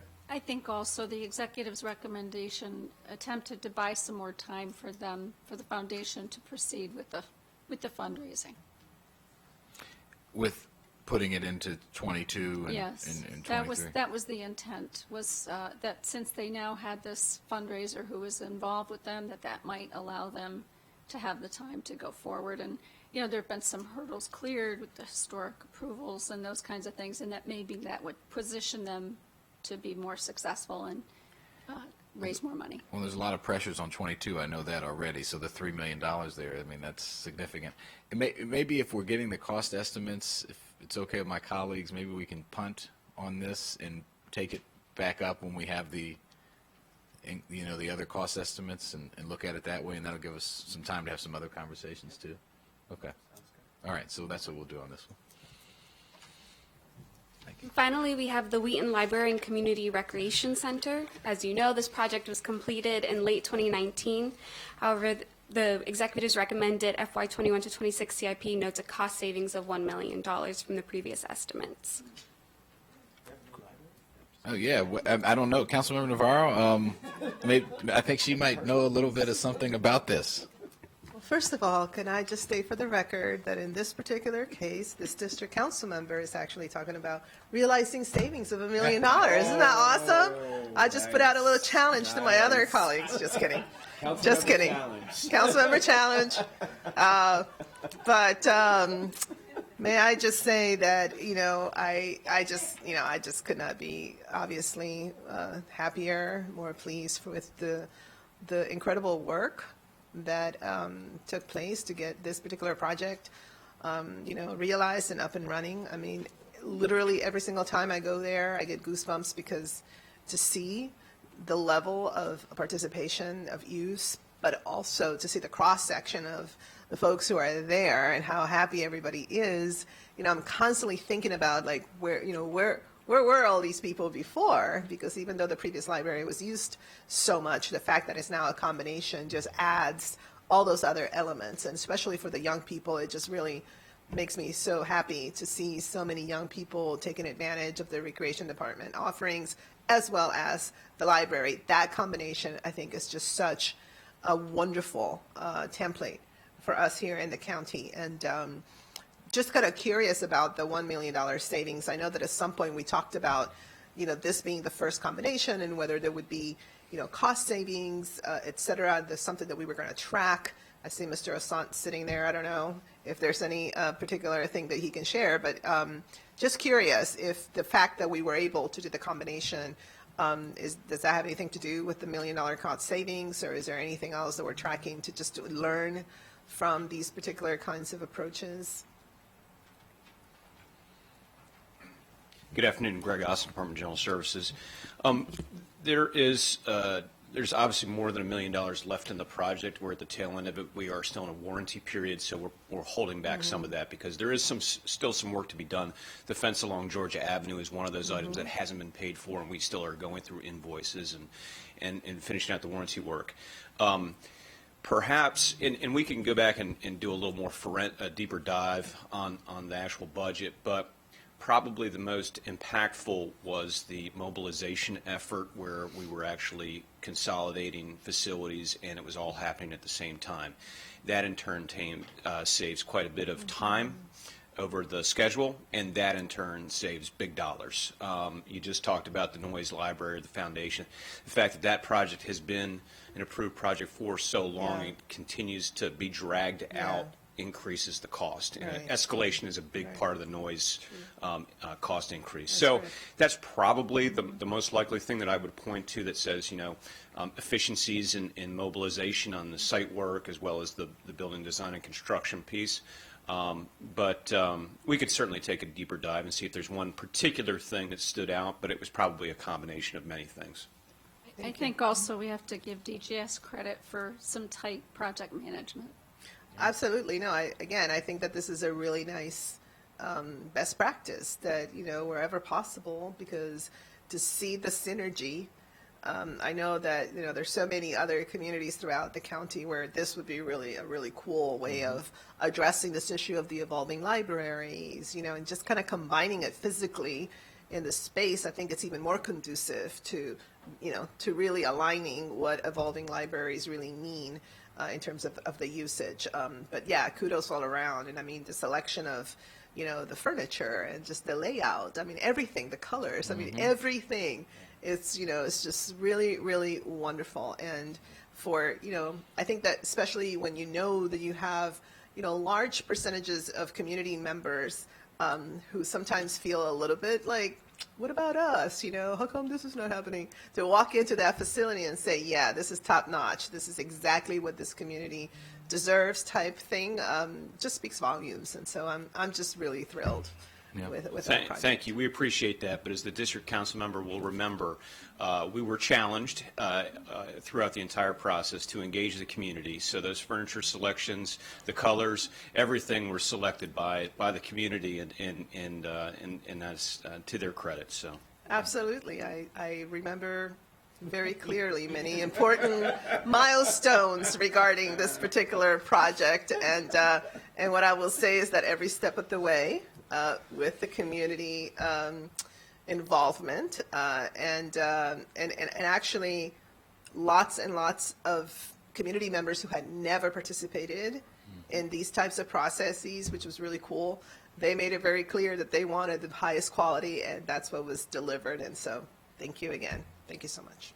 And I'll turn to Councilman Rice, but I would just say I've been to Wheaton maybe 7-8 times since it opened, and always people there. I've literally seen people take advantage of the co-location and like work out and then go into the library or vice versa. All age ranges, whether it's, and so it's just such a great facility. And kudos to Councilman Navarro and to DGS and everybody who has put into this project. Yes, Ms. Vassallo. Just like to mention that the Recreation Department Director, Robin Riley, is sitting in the back, and she also deserves a lot of kudos for how successful that project is. Yes, thank you, and Director Riley. And Can I just mention really quickly with Yes. Director Riley, yes, thank you so much. I know that it was during the opening that I actually got completely barraged by a lot of community members about the senior services. And, we immediately said, okay, Director Riley, what's going on, et cetera. And the council was really supportive of special appropriation. And now all these senior services are there. And to me, that was like a really good example, again, of how this community is just so active and, will not take no for an answer, but also of quick action to make sure that our seniors are receiving the support they need, and that more seniors who don't usually participate now are beginning to participate because the facility is there and the word is out. So kudos. it's great. And in a foreshadowing of the power of co-location, there's so many services that our libraries are already providing, but when you provide the top quality, place to do it, brings more people in. So again, kudos all the way around. Councilmember Rice. Yeah, just very briefly. I mean, I think that something like this would be great in Clarksburg. Did somebody say that? I thought I heard somebody say that, and so I was just echoing, yeah, I think that's a great idea. All right. I think without objection on that, we'll take the savings. You know. All right. Thank you. If we've already taken them. Yeah. Can we? Are there any more left? Thank you. All right. Well, thank you guys very much. That concludes our second item on our work session, and our third. It's lovely how all these are so well connected together, and so we've teed up Ms. Robin Rowley, our director from Montgomery County Recreation. But this is on our Public Arts Trust FY 21 through 26 recommended capital improvement program, and so we're going to be joined by our Chief Executive Officer of the Arts and Humanities Council of Montgomery County, Ms. Susan Jenkins, as well as Anita Arieti. And we have Carol Chen, who's our legislative analyst, and we will get started. I will turn to Ms. Chen to kind of walk us through the packet. But let me just start off by saying this, and I want to start off with a thank you. A thank you to then Council President Navarro. When we had this conversation, I know there was a lot of questions and some angst in the community about why we were shifting culture over to education. And one of the things I told folks is that culture needs to stand on its own. It was oftentimes enveloped by Health and Human Services, which is so large. I mean, it's the largest county agency that we have in terms of volume. And so from that perspective, really wanted to be able to have a light for the arts to shine in. And so it's been really great because it's given us the ability, I think, to really take a step back and look at things a little bit differently when it comes to the arts. Really make some strong decisions about how we move forward. Last year, we made some very bold investments in terms of operating. And I think we were remiss in the fact that we couldn't do a lot when it came to some of the capital that we wanted to do. And so now we have this before us. So it's an opportunity for us to potentially do some things there. But let me turn to Councilmember Navarro. Thank you, Mr. Chairman. I appreciate you pointing that out. I think that, one of the interesting responsibilities of a council president of the first year of a new term, especially with this particular transition, was to really take a look at our structure, our committee structure, and see if, as things have evolved, which they always do, see if there are opportunities to align things better. And this was one of those really cool opportunities to do that. And not only did, Chairman Rice just hop on it immediately, but I think that it's been really great how Ms. Jenkins, as well as the arts community, has, I think it's been a real easy, seamless transition. But it does make a lot of sense. And I think, again, it's all about alignment, as we were just talking about the libraries, so many other ways that we need to align the arts and humanities. And so I think a lot of times, this is the one, even I forget all that work that went into looking at realignments and things like that. But it's great because it just means that it's just been such a smooth transition that now, I forget that actually we used to do this in HHS, because now it's just fits so well. So thank you for not only for incorporating it in such a seamless way, but just really thank you all for the way that you've been able to carry this forward. So, Ms. Chen, I'm going to turn it over to you to kind of walk us through the packet, but let me just briefly say, and Ms. Jenkins, I'll certainly open it up to you if you wanted to have any opening remarks. A lot of people don't realize about our public arts and where they are, what they are, and so it's important for folks to understand. So who better than to say that than you? I was about to delve into this long diatribe about, where folks don't realize that some of our, but let me turn it over to you, Ms. Jenkins, our executive director, to kind of walk us through, educate as Councilmember Jawando says, millions watching at home, as to what is our public arts and why is it so important that we need to take care of it. Thank you, Councilmember Rice. I appreciate the opportunity to be here today to speak with you all. It's great to see you, Councilmember Jawando and Councilmember Navarro. Public art.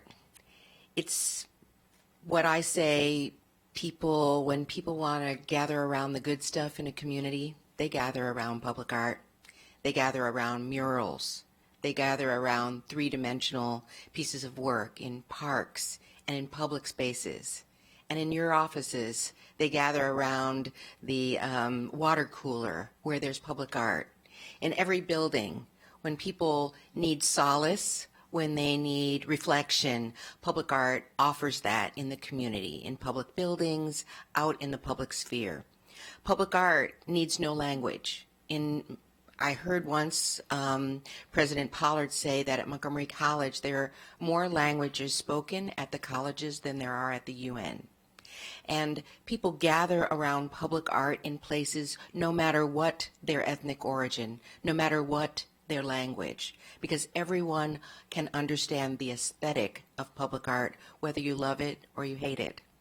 Public art in Montgomery County are in parks and in all kinds of public places, no matter where you turn, right around this building, right now, right in this building. Public art is everywhere. Public art is part of the aesthetic of Montgomery County. Public art does many things for one's community. Not only does it bring differences of opinion together under one particular area, but it also reduces vandalism.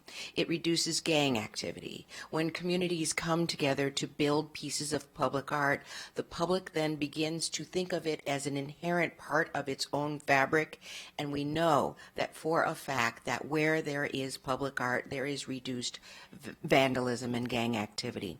We also know that public art allows people to have difficult conversations about things that are happening in the community. Public art also allows great conversations. An iconic image that we've seen over and over again over the years was the wonderful fountain in Silver Spring. And you just see kids running through that fountain during the day, and the water and the beautiful colors. It allows families to gather that may not know each other, that soon become fast family friends. Public art is a great connector. Communities far and wide enjoy and invest in public art because it is that great levelizer. No matter what the economics of any community are, public art does it. I'll tell you from a very personal point. When my family and I, we have a blended family, and when we first moved to Montgomery County, we rented a small canoe at Lake Needwood. We did not know how to canoe. We got out, all four of us, our two daughters, and my husband and I, into almost the center of the lake, and soon we were just going around in a circle because that's how much we could not agree on what we needed to do to move our family forward. Finally, we figured out what to do with the oars, and we got back to the side, and I got back up to the bank, and there's a wonderful sculpture in Lake Needwood called Made in the Shade, and I talk about it a lot because it really means a lot to my family and I. And there's this reclining bear with sunglasses on, and I just looked at it and I said, look at this, everybody, we're really going to be okay. Look at how cool this bear is, we can get there. And it's just like a little touchstone. We all touch the little bear, we're like, we can do this. Well, we're still together as a family. No one was ousted. And I know it's just a small thing, but I know you've seen public art. I know you've said, hey, girls, come and look at this. Or your kids, come and check this out. It's the great leveler. And I've moved many, many places. A lot of you know my story. I lived overseas for a good portion of my life growing up. And as we moved around in many, many different places, my dad would come home and talk to us about the next move we would have to make because his company might move us. And he never ran home and said, you know what, Sally, to my mother, they have great garages and great highways there.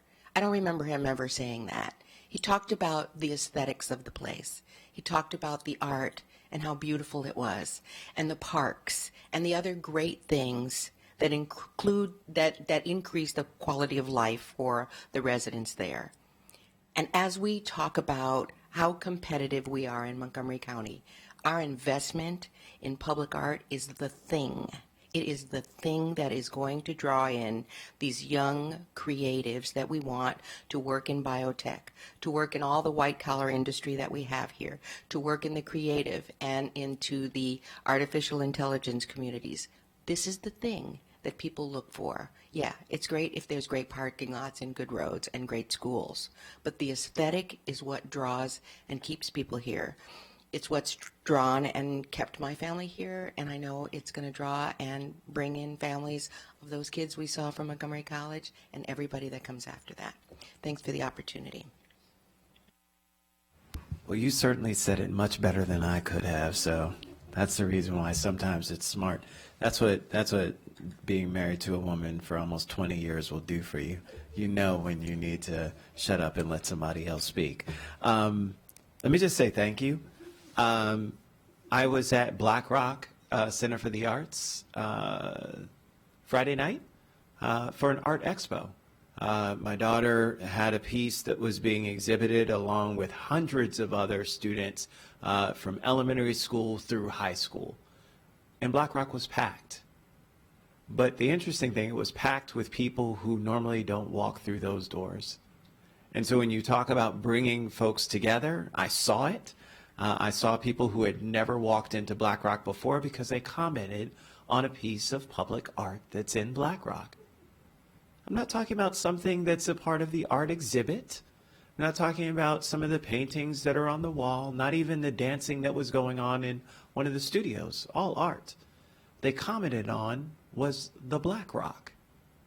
The Black Rock itself, and people started to have conversations about what it was, right? And all of a sudden, people started to have an identity of the area. Oh, that's why it's called Black Rock. I can't tell you how many times I heard that throughout the evening. And it's very interesting because it's one, again, that espouses exactly what you're talking about, that is the power of what art is beyond just the simple fact of appreciating something that's beautiful that someone's created and how you can interpret it, but it's also an education piece. It's also something that just generally brings people together for conversation. And so it's important that that art is in good shape, that we maintain it. You know, we've invested in it to begin with in terms of having it there, and we want to make sure that it continues to do the things that you talked about. So with that, Ms. Chen, how do we take care of our public art here in Montgomery County?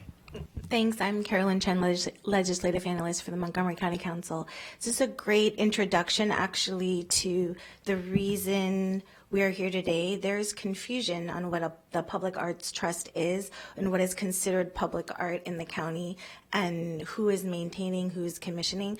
I'm pretty sure Black Rock is not part of the maintenance and conservation schedule of the Public Arts Trust. So let's just take a step back. The Public Arts Trust was started out in, I have a legislative timeline we could look at. Oh, I forgot. 77. Yeah, 77. All right, page circle 1. I was like, why am I trying to memorize this? So I've given an overview from 77 to current day on the evolution of the Public Arts Trust. It started off at an art acquisition fund in 77 with $5,000 each year. And throughout the decades, which is about 40 now, there's been a lot of changes to which art is covered, how much is funded, and there was a huge gap in funding due to fiscal constraints, and we're slowly moving back towards that since '09. And so this was just to give an overview on why it's confusing. The original purpose of the Public Arts Trust was to commission new art, and that was what was done, mainly through Montgomery County Public Schools and the build of that. And since then, after the gap, and since '09, it's been to maintain and conserve as it could going forward, which is why it's important to know that when I first looked at this and said public art, I thought about any art that's in the public realm. But it's what we're talking about right now is maintaining and conserving the art collection that was from the 80s and the 90s. This is the level we're talking about first. And then that's the focus of this conversation, but I've also included ideas about how to explore to keep this Public Arts Trust relevant and without having to fund at a level to commission new art like it was back in the day. So with that, I just want to go over not a history, but just the 4 points we'll be talking about today. There's one, changing the purpose of the Public Arts Trust. In the past, maintain was in the legislation and it was removed. We'd like to add maintain and conserve. Since '09, that's what we've been doing. And it's been actually very important. It's been just to maintain and conserve the ones that are endangered, or the public safety to the students in the schools. Second point is actually changing a typo from the 90s in a bill where the calculation of the percentage should have been 0.005% instead of 0.05%. And I have a couple places where we can show where that guidance is around why that 0.005% is the right number historically. We'll consider different options for corrective funding, and that is to mean the years that we were underfunding at that 0.005%, so you can see the impact, and also discuss, if there's time, ways to link workforce or economic development metric programs into the Public Arts Trust to keep it relevant. Well, that's excellent. Well, let me just say, I want to start with your last point first. As we embark on a reboot of WorkSource Montgomery and what it means to have workforce development here in the county, I do believe that lining up more of these career pathways and streams with the arts makes complete sense. It's the reason why at Seneca Valley High School with its CTE program, I've encouraged Dr. Smith to continue exploring ways in which we can partner with Black Rock Center for the Arts and arts in general to make that a new pilot when it comes to careers centered around the arts, especially when it comes to being able to have experience as a grip or in lighting or or sound or any of the kinds of things. Those are all things that are great careers where people make lots of money, but nobody really talks about those kind of career pathways. And wouldn't it be great if we had, it's a father of two thespians who are about to embark on their musicals right now. It's one in which I continue to see at every single one of these performances how all the staff who comes out who made the play happen. Everybody's always cheering for the people who are performing, but the real stars are the people who enable this show to go on. And those are people that are behind the scenes, because if your mic's not working, if you can't see you, if the set design isn't right, the show isn't great, right? And so they're just as important as any of the artists that are on the stage. And so really coming up with ways to do that, Ms. Chen, I couldn't agree more. And so we'll certainly be taking that up as we look at what happens when it comes to workforce development. When it comes to, and I think your point that you put in the packet about corrective funding, and I notice on Circle 2, you have a couple different options that you have down for corrective funding. One of the things that I had said before is that, we've done a lot when it comes to really looking at the operating and been really focused around trying to build back up the arts, knowing that they haven't had what they needed. I'd really like to see us do more for the arts. I'm going to defer to some of my colleagues. I have my own ideas, but certainly want to, and this time I didn't do anything in advance, so I'm not in trouble this time. But I would like to see us do something more. So let me turn to my colleagues. Councilmember Navarro. Thank you, Mr. Chairman. So, Ms. Jenkins, I think that your introduction was really interesting because what it says is that, of course, when you invest in public art, it really does enhance and it gives an identity to a community, right? Conversely, when you invest in public art and then you don't maintain it, it also sends a message, because when things are falling apart, it's almost worse.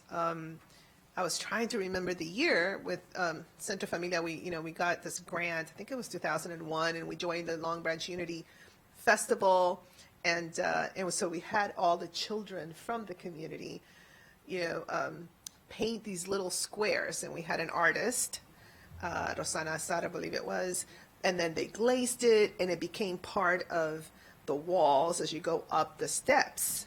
So those are the wishes. It was supposed to be wishes. It was the New American and Unity, and it was kind of like, I want to be president, and it was awesome, right? But I have to say that sometimes when I go there and I peek, it's not maintained. And so again, it sends that particular message, right? That somehow we don't really care. So to that extent, and I didn't have anything prepared either, but I do believe that as a committee, I would like for us to be able to seriously begin to then invest in this maintenance and in the upkeep, because it really does not bode well for us to not do that. And you're absolutely right. It doesn't matter where where we go, every time our family goes on vacation or anything like that, we're constantly, obviously, that's a priority. It is to not only visit the museums, but then there's all these landmarks that are anchored by public art, and it gives that identity, right? And I don't know if there are any suggestions, but I definitely would be willing to support some type of, amount of money that begins to then ramp up for us to once and for all do what's right by these particular kinds of investments. Can I just make one point? Ms. Beck, can you hold on for 1 second? I need my council members first. Councilmember Jawando. Thank you. And I'll be brief. I was going to ask Director Riley, Ms. Jenkins, council staff, what do you all have any thoughts? I'm sure you do, and Ms. Beck obviously can chime in as well too, on what we're able to do as far as level of effort currently in maintaining, where the gaps, and I'm sure you have thoughts, but good. So I'd love to hear from you on that. I mean, I think you're hearing a willingness and desire of acknowledging how important this is, public art, and I often think, I know it's not on our side of the line, but I don't think it is. But the mural that was done on New Hampshire Avenue right there at Piney Branch, on the wall, half and half. Okay, I remember. So I lived in Suburban Hill, and then I lived in Quebec Terrace, and so that was and I remember seeing it just changed how you felt about where you lived. And to Councilmember Navarro's point, I mean, with the tiles, I didn't know that backstory on that, and which is awesome. So I think it's really an important. It has so much more to do than just saying, "Oh, we want to have some nice public art." It really has. It creates a sense of belonging and place and pride and and all those things. So I'd be curious about. I don't have a specific recommendation either, but we're curious about it. I'm sure you've thought about this. And then Ms. Beck, if you want to, do you want to chime? Maybe let Ms. Beck chime in, and then you guys go ahead. Just a fiscal reminder. This project's a little bit different in that it's fully cash funded. So if you want to put some money in for the CIP now, you can do that. It will not compete against the reconciliation list. In some respects, cash in the CIP kind of gets a first claim. So it's a question of whether you want to do that now or whether you want to wait and see where you are with the Arts and Humanities operating budget. I would say, too, I've not had a chance to validate the numbers on the chart here. So the packet was out a little bit later, and we were not able to check it. So if you want to rely on this, I would like an opportunity to check it. Or if you want to just do another number, that's entirely up to you. I will say, in the past, when we've added money, I think sometimes has been for very specific projects. And that sometimes can be more concrete for people as opposed to a generic number that could be anything. So can I respond to that? So it's not, just to understand these numbers, one, you can take the calculation straight from the 0.005%. There's nothing special about that. And then also the assessment schedule. So we didn't include this in here, but it is included, and Susan will talk about it, but that 3-year assessment schedule is that these have been rotating and maintained and scored. So this is not done without an already knowing that there is a backlog of assessments needed that could immediately be filled. Okay, thanks, Carolyn. So I'll say again, I don't know if I introduced myself at the beginning. So Susan Jenkins, CEO, Arts and Humanities Council. So Robin Riley is probably one of the first people that I met when I took my position after I met some of you. Because Robin at the time was the person who I directly would report to of sorts. Robin's been at the Department of Recreation, and the Arts and Humanities Council budget falls under that of the Department of Recreation. So Robin and I know each other really well because she's handling my money. On top of that, I'll say that Robin also sits on the Public Art Trust Steering Committee. So Robin knows it at very, very granular level some of our challenges. So I'll say this. The county owns approximately 1,000 pieces of public art, 1,000 discrete pieces of public art.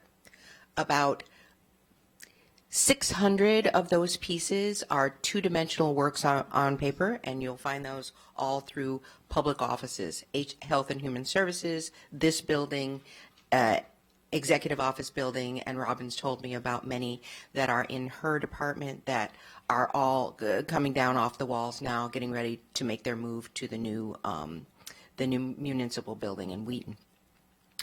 Of those pieces, many were acquired in the 70s, and the idea was that each department had some budget and they would acquire public art. And then in the 90s, 95 to be exact, the Public Art Trust was formed so that those departments would no longer be just discreetly buying their art, but if they wanted to buy art, it would come through the trust. That all sounds well and good, except there were no guidelines for that. And so it happened that the Public Art Trust was formed in 1995, but until 2012, when we established the county's first public art guidelines, departments were doing basically the same thing with a name to it that, this was the trust, because a department would buy it, and then it would come into the county's collection, but there was no guideline about how that would happen. So together, we made these guidelines, and they say, if you are a county agency and you want to buy public art, you have to follow these guidelines. You have to tell the Public Art Trust. The Public Art Trust Steering Committee then meets, discusses the public art, asks questions, and then on top of that, your budget must have 5% for maintenance and conservation that comes to the Public Art Trust. That hasn't been happening either.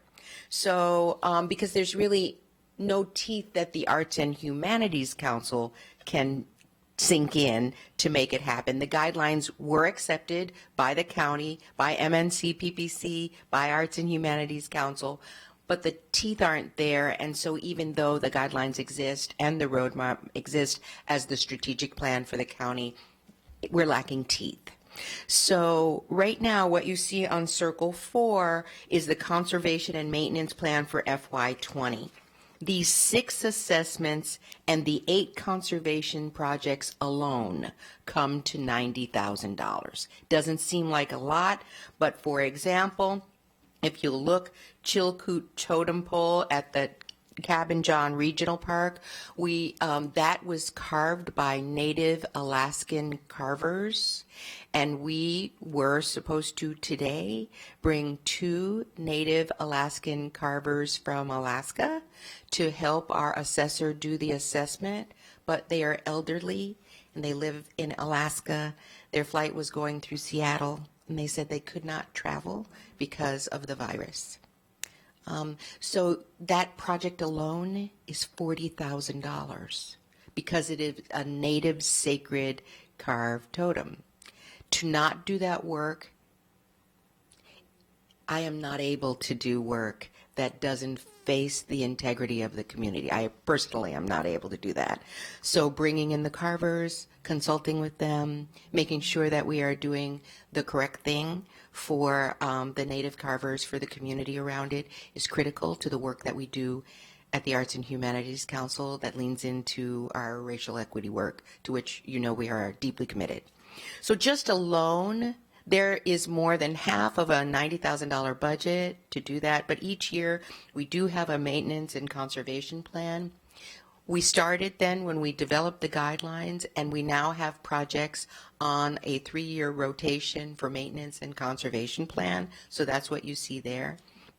And I think years ago, Councilmember Rice and Navarro may remember that there was one year that I had to bring bags full of broken pieces of public art to this council meeting, to a work session, and then to the full council meeting to share some public art that we had let fall into deep disrepair. Remember that? That was a sad day. So we do have these maintenance and conservation plans, but with 1,000 pieces of work and with, say, archival photos going into disarray, that kind of thing, and the need to conserve and maintain with the best materials that we possibly can, acid-free papers, acid-free frames, that kind of thing, is very costly. So all we can do right now is we have looked at those items on our conservation. We have a complete database of all the art in the county's collection. We look at those pieces that are in critical or endangered. We deal with those as best we can. Most of that collection is in public schools. So when I think about, and I heard these two previous conversations, libraries, much public art. In the Wheaton Public Art Library, we deinstalled and then reinstalled a fabulous piece of work that's now hanging for all to see in that Wheaton Library. Just gorgeous. When I think about the schools, we have installed, deinstalled, and reinstalled public art in schools and the college. It's true. This committee is a great idea because we are all connected. And I think having this cogent conversation about how this work that we do is informing the works of all of these other departments, and then figuring out how we can, whenever there's new construction, say, is public art a piece of that? And figuring out what we need to do then to make sure that there's budget not only for the construction of the project but for the maintenance and conservation is really critical to our success. We can't have these conversations one without the other. And so I do want to let my colleague Robin say something, but I do want to say that, as I expressed to Carolyn today, when we talk about the appropriation figure itself, yes, it's true. Historically, we have only been appropriated 0.005% of the capital budgets for MNC, PPC, Montgomery County Government, Montgomery County Public Schools, and the college. But I would caution against lowering the floor to 0.005% when it states clearly right now that the legislation is 0.05%. I worry that if I deal with another council that doesn't have your vision, that if we lower that floor, that I'm stuck there. And frankly, for a county this size, if we're talking about, the billions of dollars that we're investing in the county, and we want to look like Albany, we want to look like Colorado, we want to look like Seattle, we can't do that with $300,000. And we can't say that that's just enough. If we want to compete and be that magnet for these millennials who are coming to look for the white-collar jobs that we have, we've got to seriously invest in creative placemaking and placekeeping. I'm moving away from the word placemaking because, hey, wasn't there already a place before we got here? And so, out of respect for those who came before me and those who came before us and the people who laid down to make this land ours now, I'd say I would really ask that we don't consider lowering the floor anymore, and that we could understand that it's not just about the pretty, it's really about the placekeeping that lets people know they belong. Director Riley. Thank you. Robin Riley for Director of Recreation Department. I'll say a couple things. So I worked for the county since 1981. I was a seasonal employee. My first job was Works on Paper in the basement of Strathmore Old Mansion. Yep. So the Public Arts Trust has, yeah, I know. You guys, you weren't even born. Be quiet. So I think the Public Arts Trust has evolved, and I will just, I mean, what Susan said was perfect. I've been connected with it my entire career in one way or another. She does have to rob Peter to pay Paul to make the work that we have investments in hold true.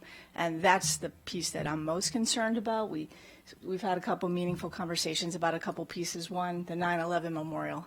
That's really powerful piece that has had no maintenance since, and that was one of my projects to install. So that's meaningful to me to make sure that we're maintaining it. And she is, but she's got to take it from something else in order to do it. $4,000. Yeah. $4,000. Yeah, and so, I think maintaining it's an investment, not only in the art, but as we've all decided, it's a conversation piece, it's a sense of belonging, and we have to maintain it, so I'll end with that. All right, so I'm going to turn to my colleagues. As the chair, I don't like to make recommendations, but I think that it's very clear that we certainly have an onus to do more than we have been doing. We certainly did that last year when it came to our operating budget. So I know, Councilmember Navarro, you were jotting down some things, and Councilmember Joando, I know you were looking at some things too. I'll turn to Councilmember Navarro. Sure. So if I understand this correctly, so we do have on, what is this, page, is it circle 2? Yeah, circle 2, there it is. There is this chart there that says corrective funding options for FY21. So it has 21 plus FY20, 21, 2019, right? And so I think that, so let me see if I understand. So the floor right now that you have, you said it was 300? Is that what we were talking about? This was 190. It was 190. FY19, we got 190. Okay. So I think that, I think I would be comfortable in saying that if we at least did the 408, 704 going forward, I think that at least this would double it roughly, and then we can, begin to revisit. Can I just ask a clarifying question, since again, we have not checked these numbers? I think, Carolyn, were you just adding the difference for the last 3 years to get to the 488? Or, was it a one-time catch-up?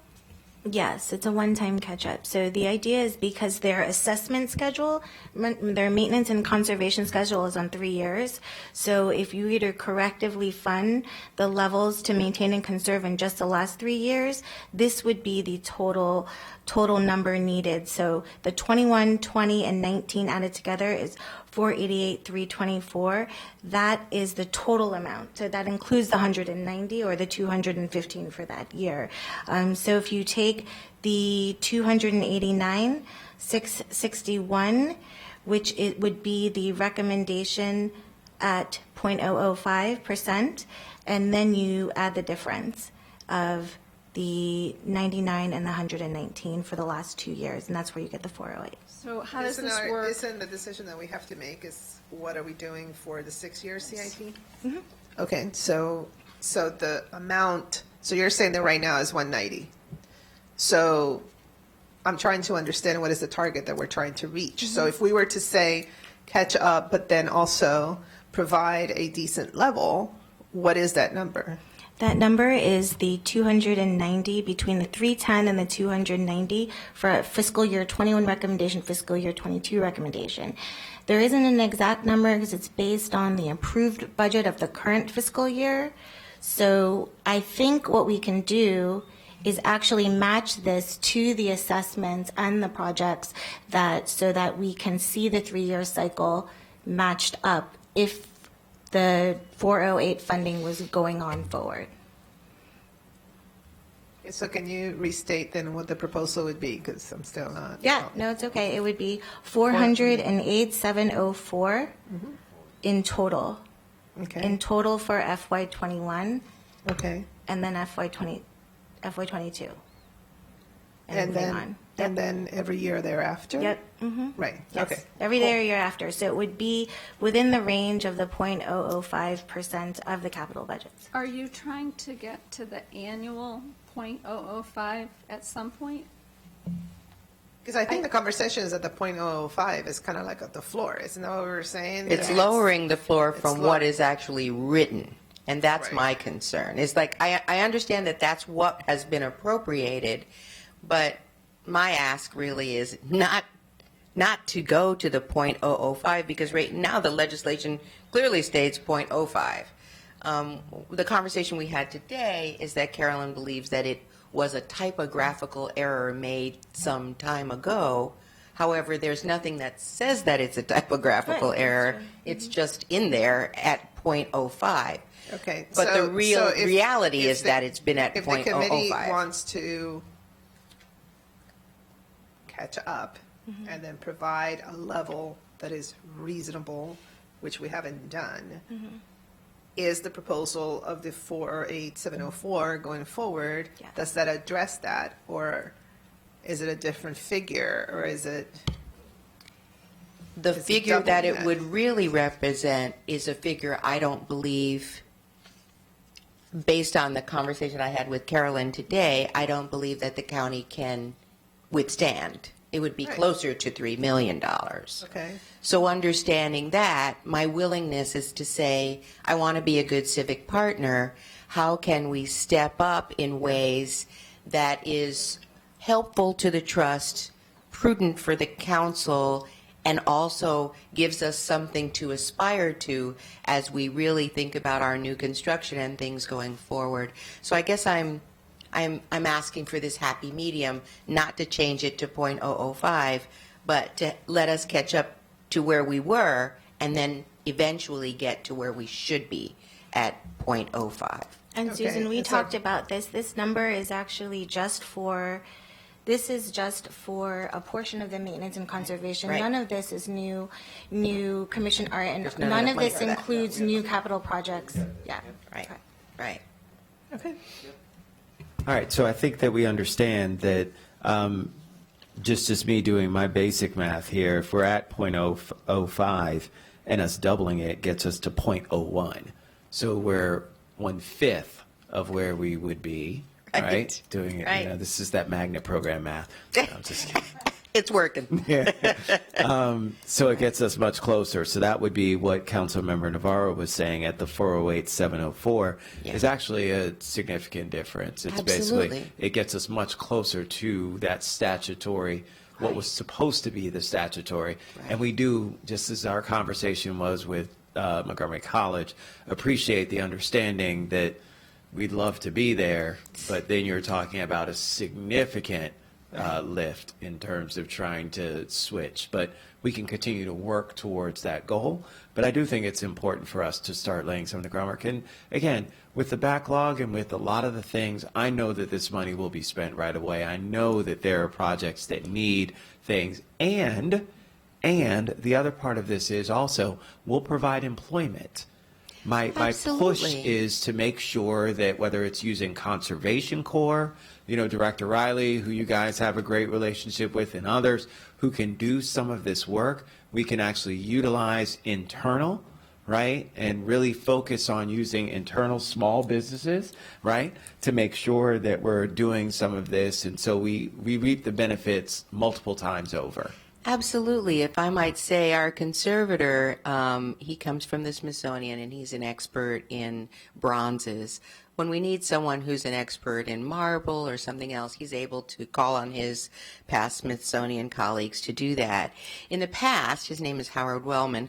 Howard has, and this year in our budget, we have plans for 3 workshops. We've gone to parks before, we've gone to rec before, and Howard says, this is how you clean concrete. This is how you get graffiti off of marble. This is how you deal with bronze that, just has a lot of lichen on it or moss. So our idea is that we are too small and our funding has been too small for us to really do all the things we want. So we kind of deputize people in the community to go out and do this work. And it's been really helpful because it ends up that Parks and Recreation staff then have new skill sets that they're able to use to deal with things that are under their purview, and we try to do it not only to enhance their knowledge base, but also to make sure that the artwork isn't damaged. And I just wanted to say again about civic partnerships. You know, you may remember Councilmember Rice years ago when Noyes Library needed capital improvement work, and Councilmember Navarro, you were there too, that the Arts and Humanities Council did say, listen, take half of our $1 million for capital improvement so that we could maintain the library. It's important to us. We wanted that turret to be maintained in the way that it should. So this idea of working much more closely with these county departments and just saying, okay, if you're building something, tell us. And if there's a piece of public art, then you've got to have a plan. Every day somebody's saying, I want a mural here, I want a mural there. Okay, who's buying the paint? What kind is it? Do we know it's right for the community? Who's making the decisions? These are things that I think as you work harder as you are now to establish the ENC committee and what we're all supposed to be doing together, I think these teeth and adding these teeth for other departments, even embedding an artist in these departments so that when we hear that a project is happening, we begin to ask the questions before it's too late. And what we find is that somebody brings us a project, but it's already down the road. And where we need to be is where we were with Wheaton Town Center, right at the beginning, having this as a part of the conversation. And I'll just end with, thank you very, very much. Wheaton Town Center is going to be installed really soon. The piece of public art there has been vetted by the Public Art Trust Committee, is a beautiful partnership between DOT, private developer, Arts and Humanities Council, REC. It's really going to be something that I know the whole community will gather around. Thank you. Well, that's really exciting. You know, I think I've heard from my colleagues, it's very clear that the 408704, Carolyn, that you've listed, the catch-up, so FY21 plus 20, and regardless, and I do understand, Ms. Beck, that you haven't had a chance to vet the numbers, but the reality is that we support the number. I know that in your memo that you sent us on March 1st, Ms. Jenkins, you said that funding, to receive full funding under the county's public art ordinance, funding would amount to $300,000 to $400,000 a year.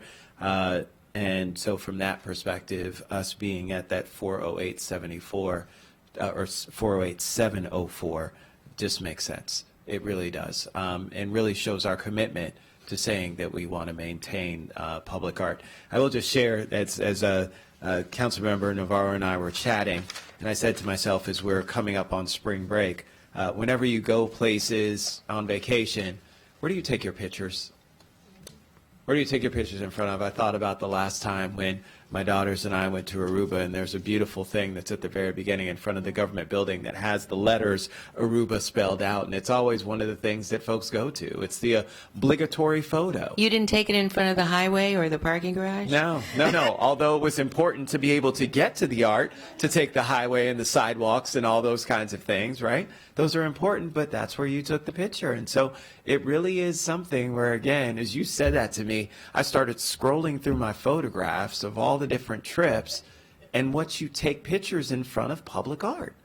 It really is. I mean, wherever you go, even in the city, wherever you go, you take pictures in front of those things because it does something for you, and it just says a lot. And again, so, you know, not to belabor the point, we're incredibly supportive. We're very happy that we're able to ratchet up as we have done in our commitment when it comes to operating, our commitment when it comes to capital as well. So, you know, without objection, we will go ahead and make that come to fruition. So thank you very much.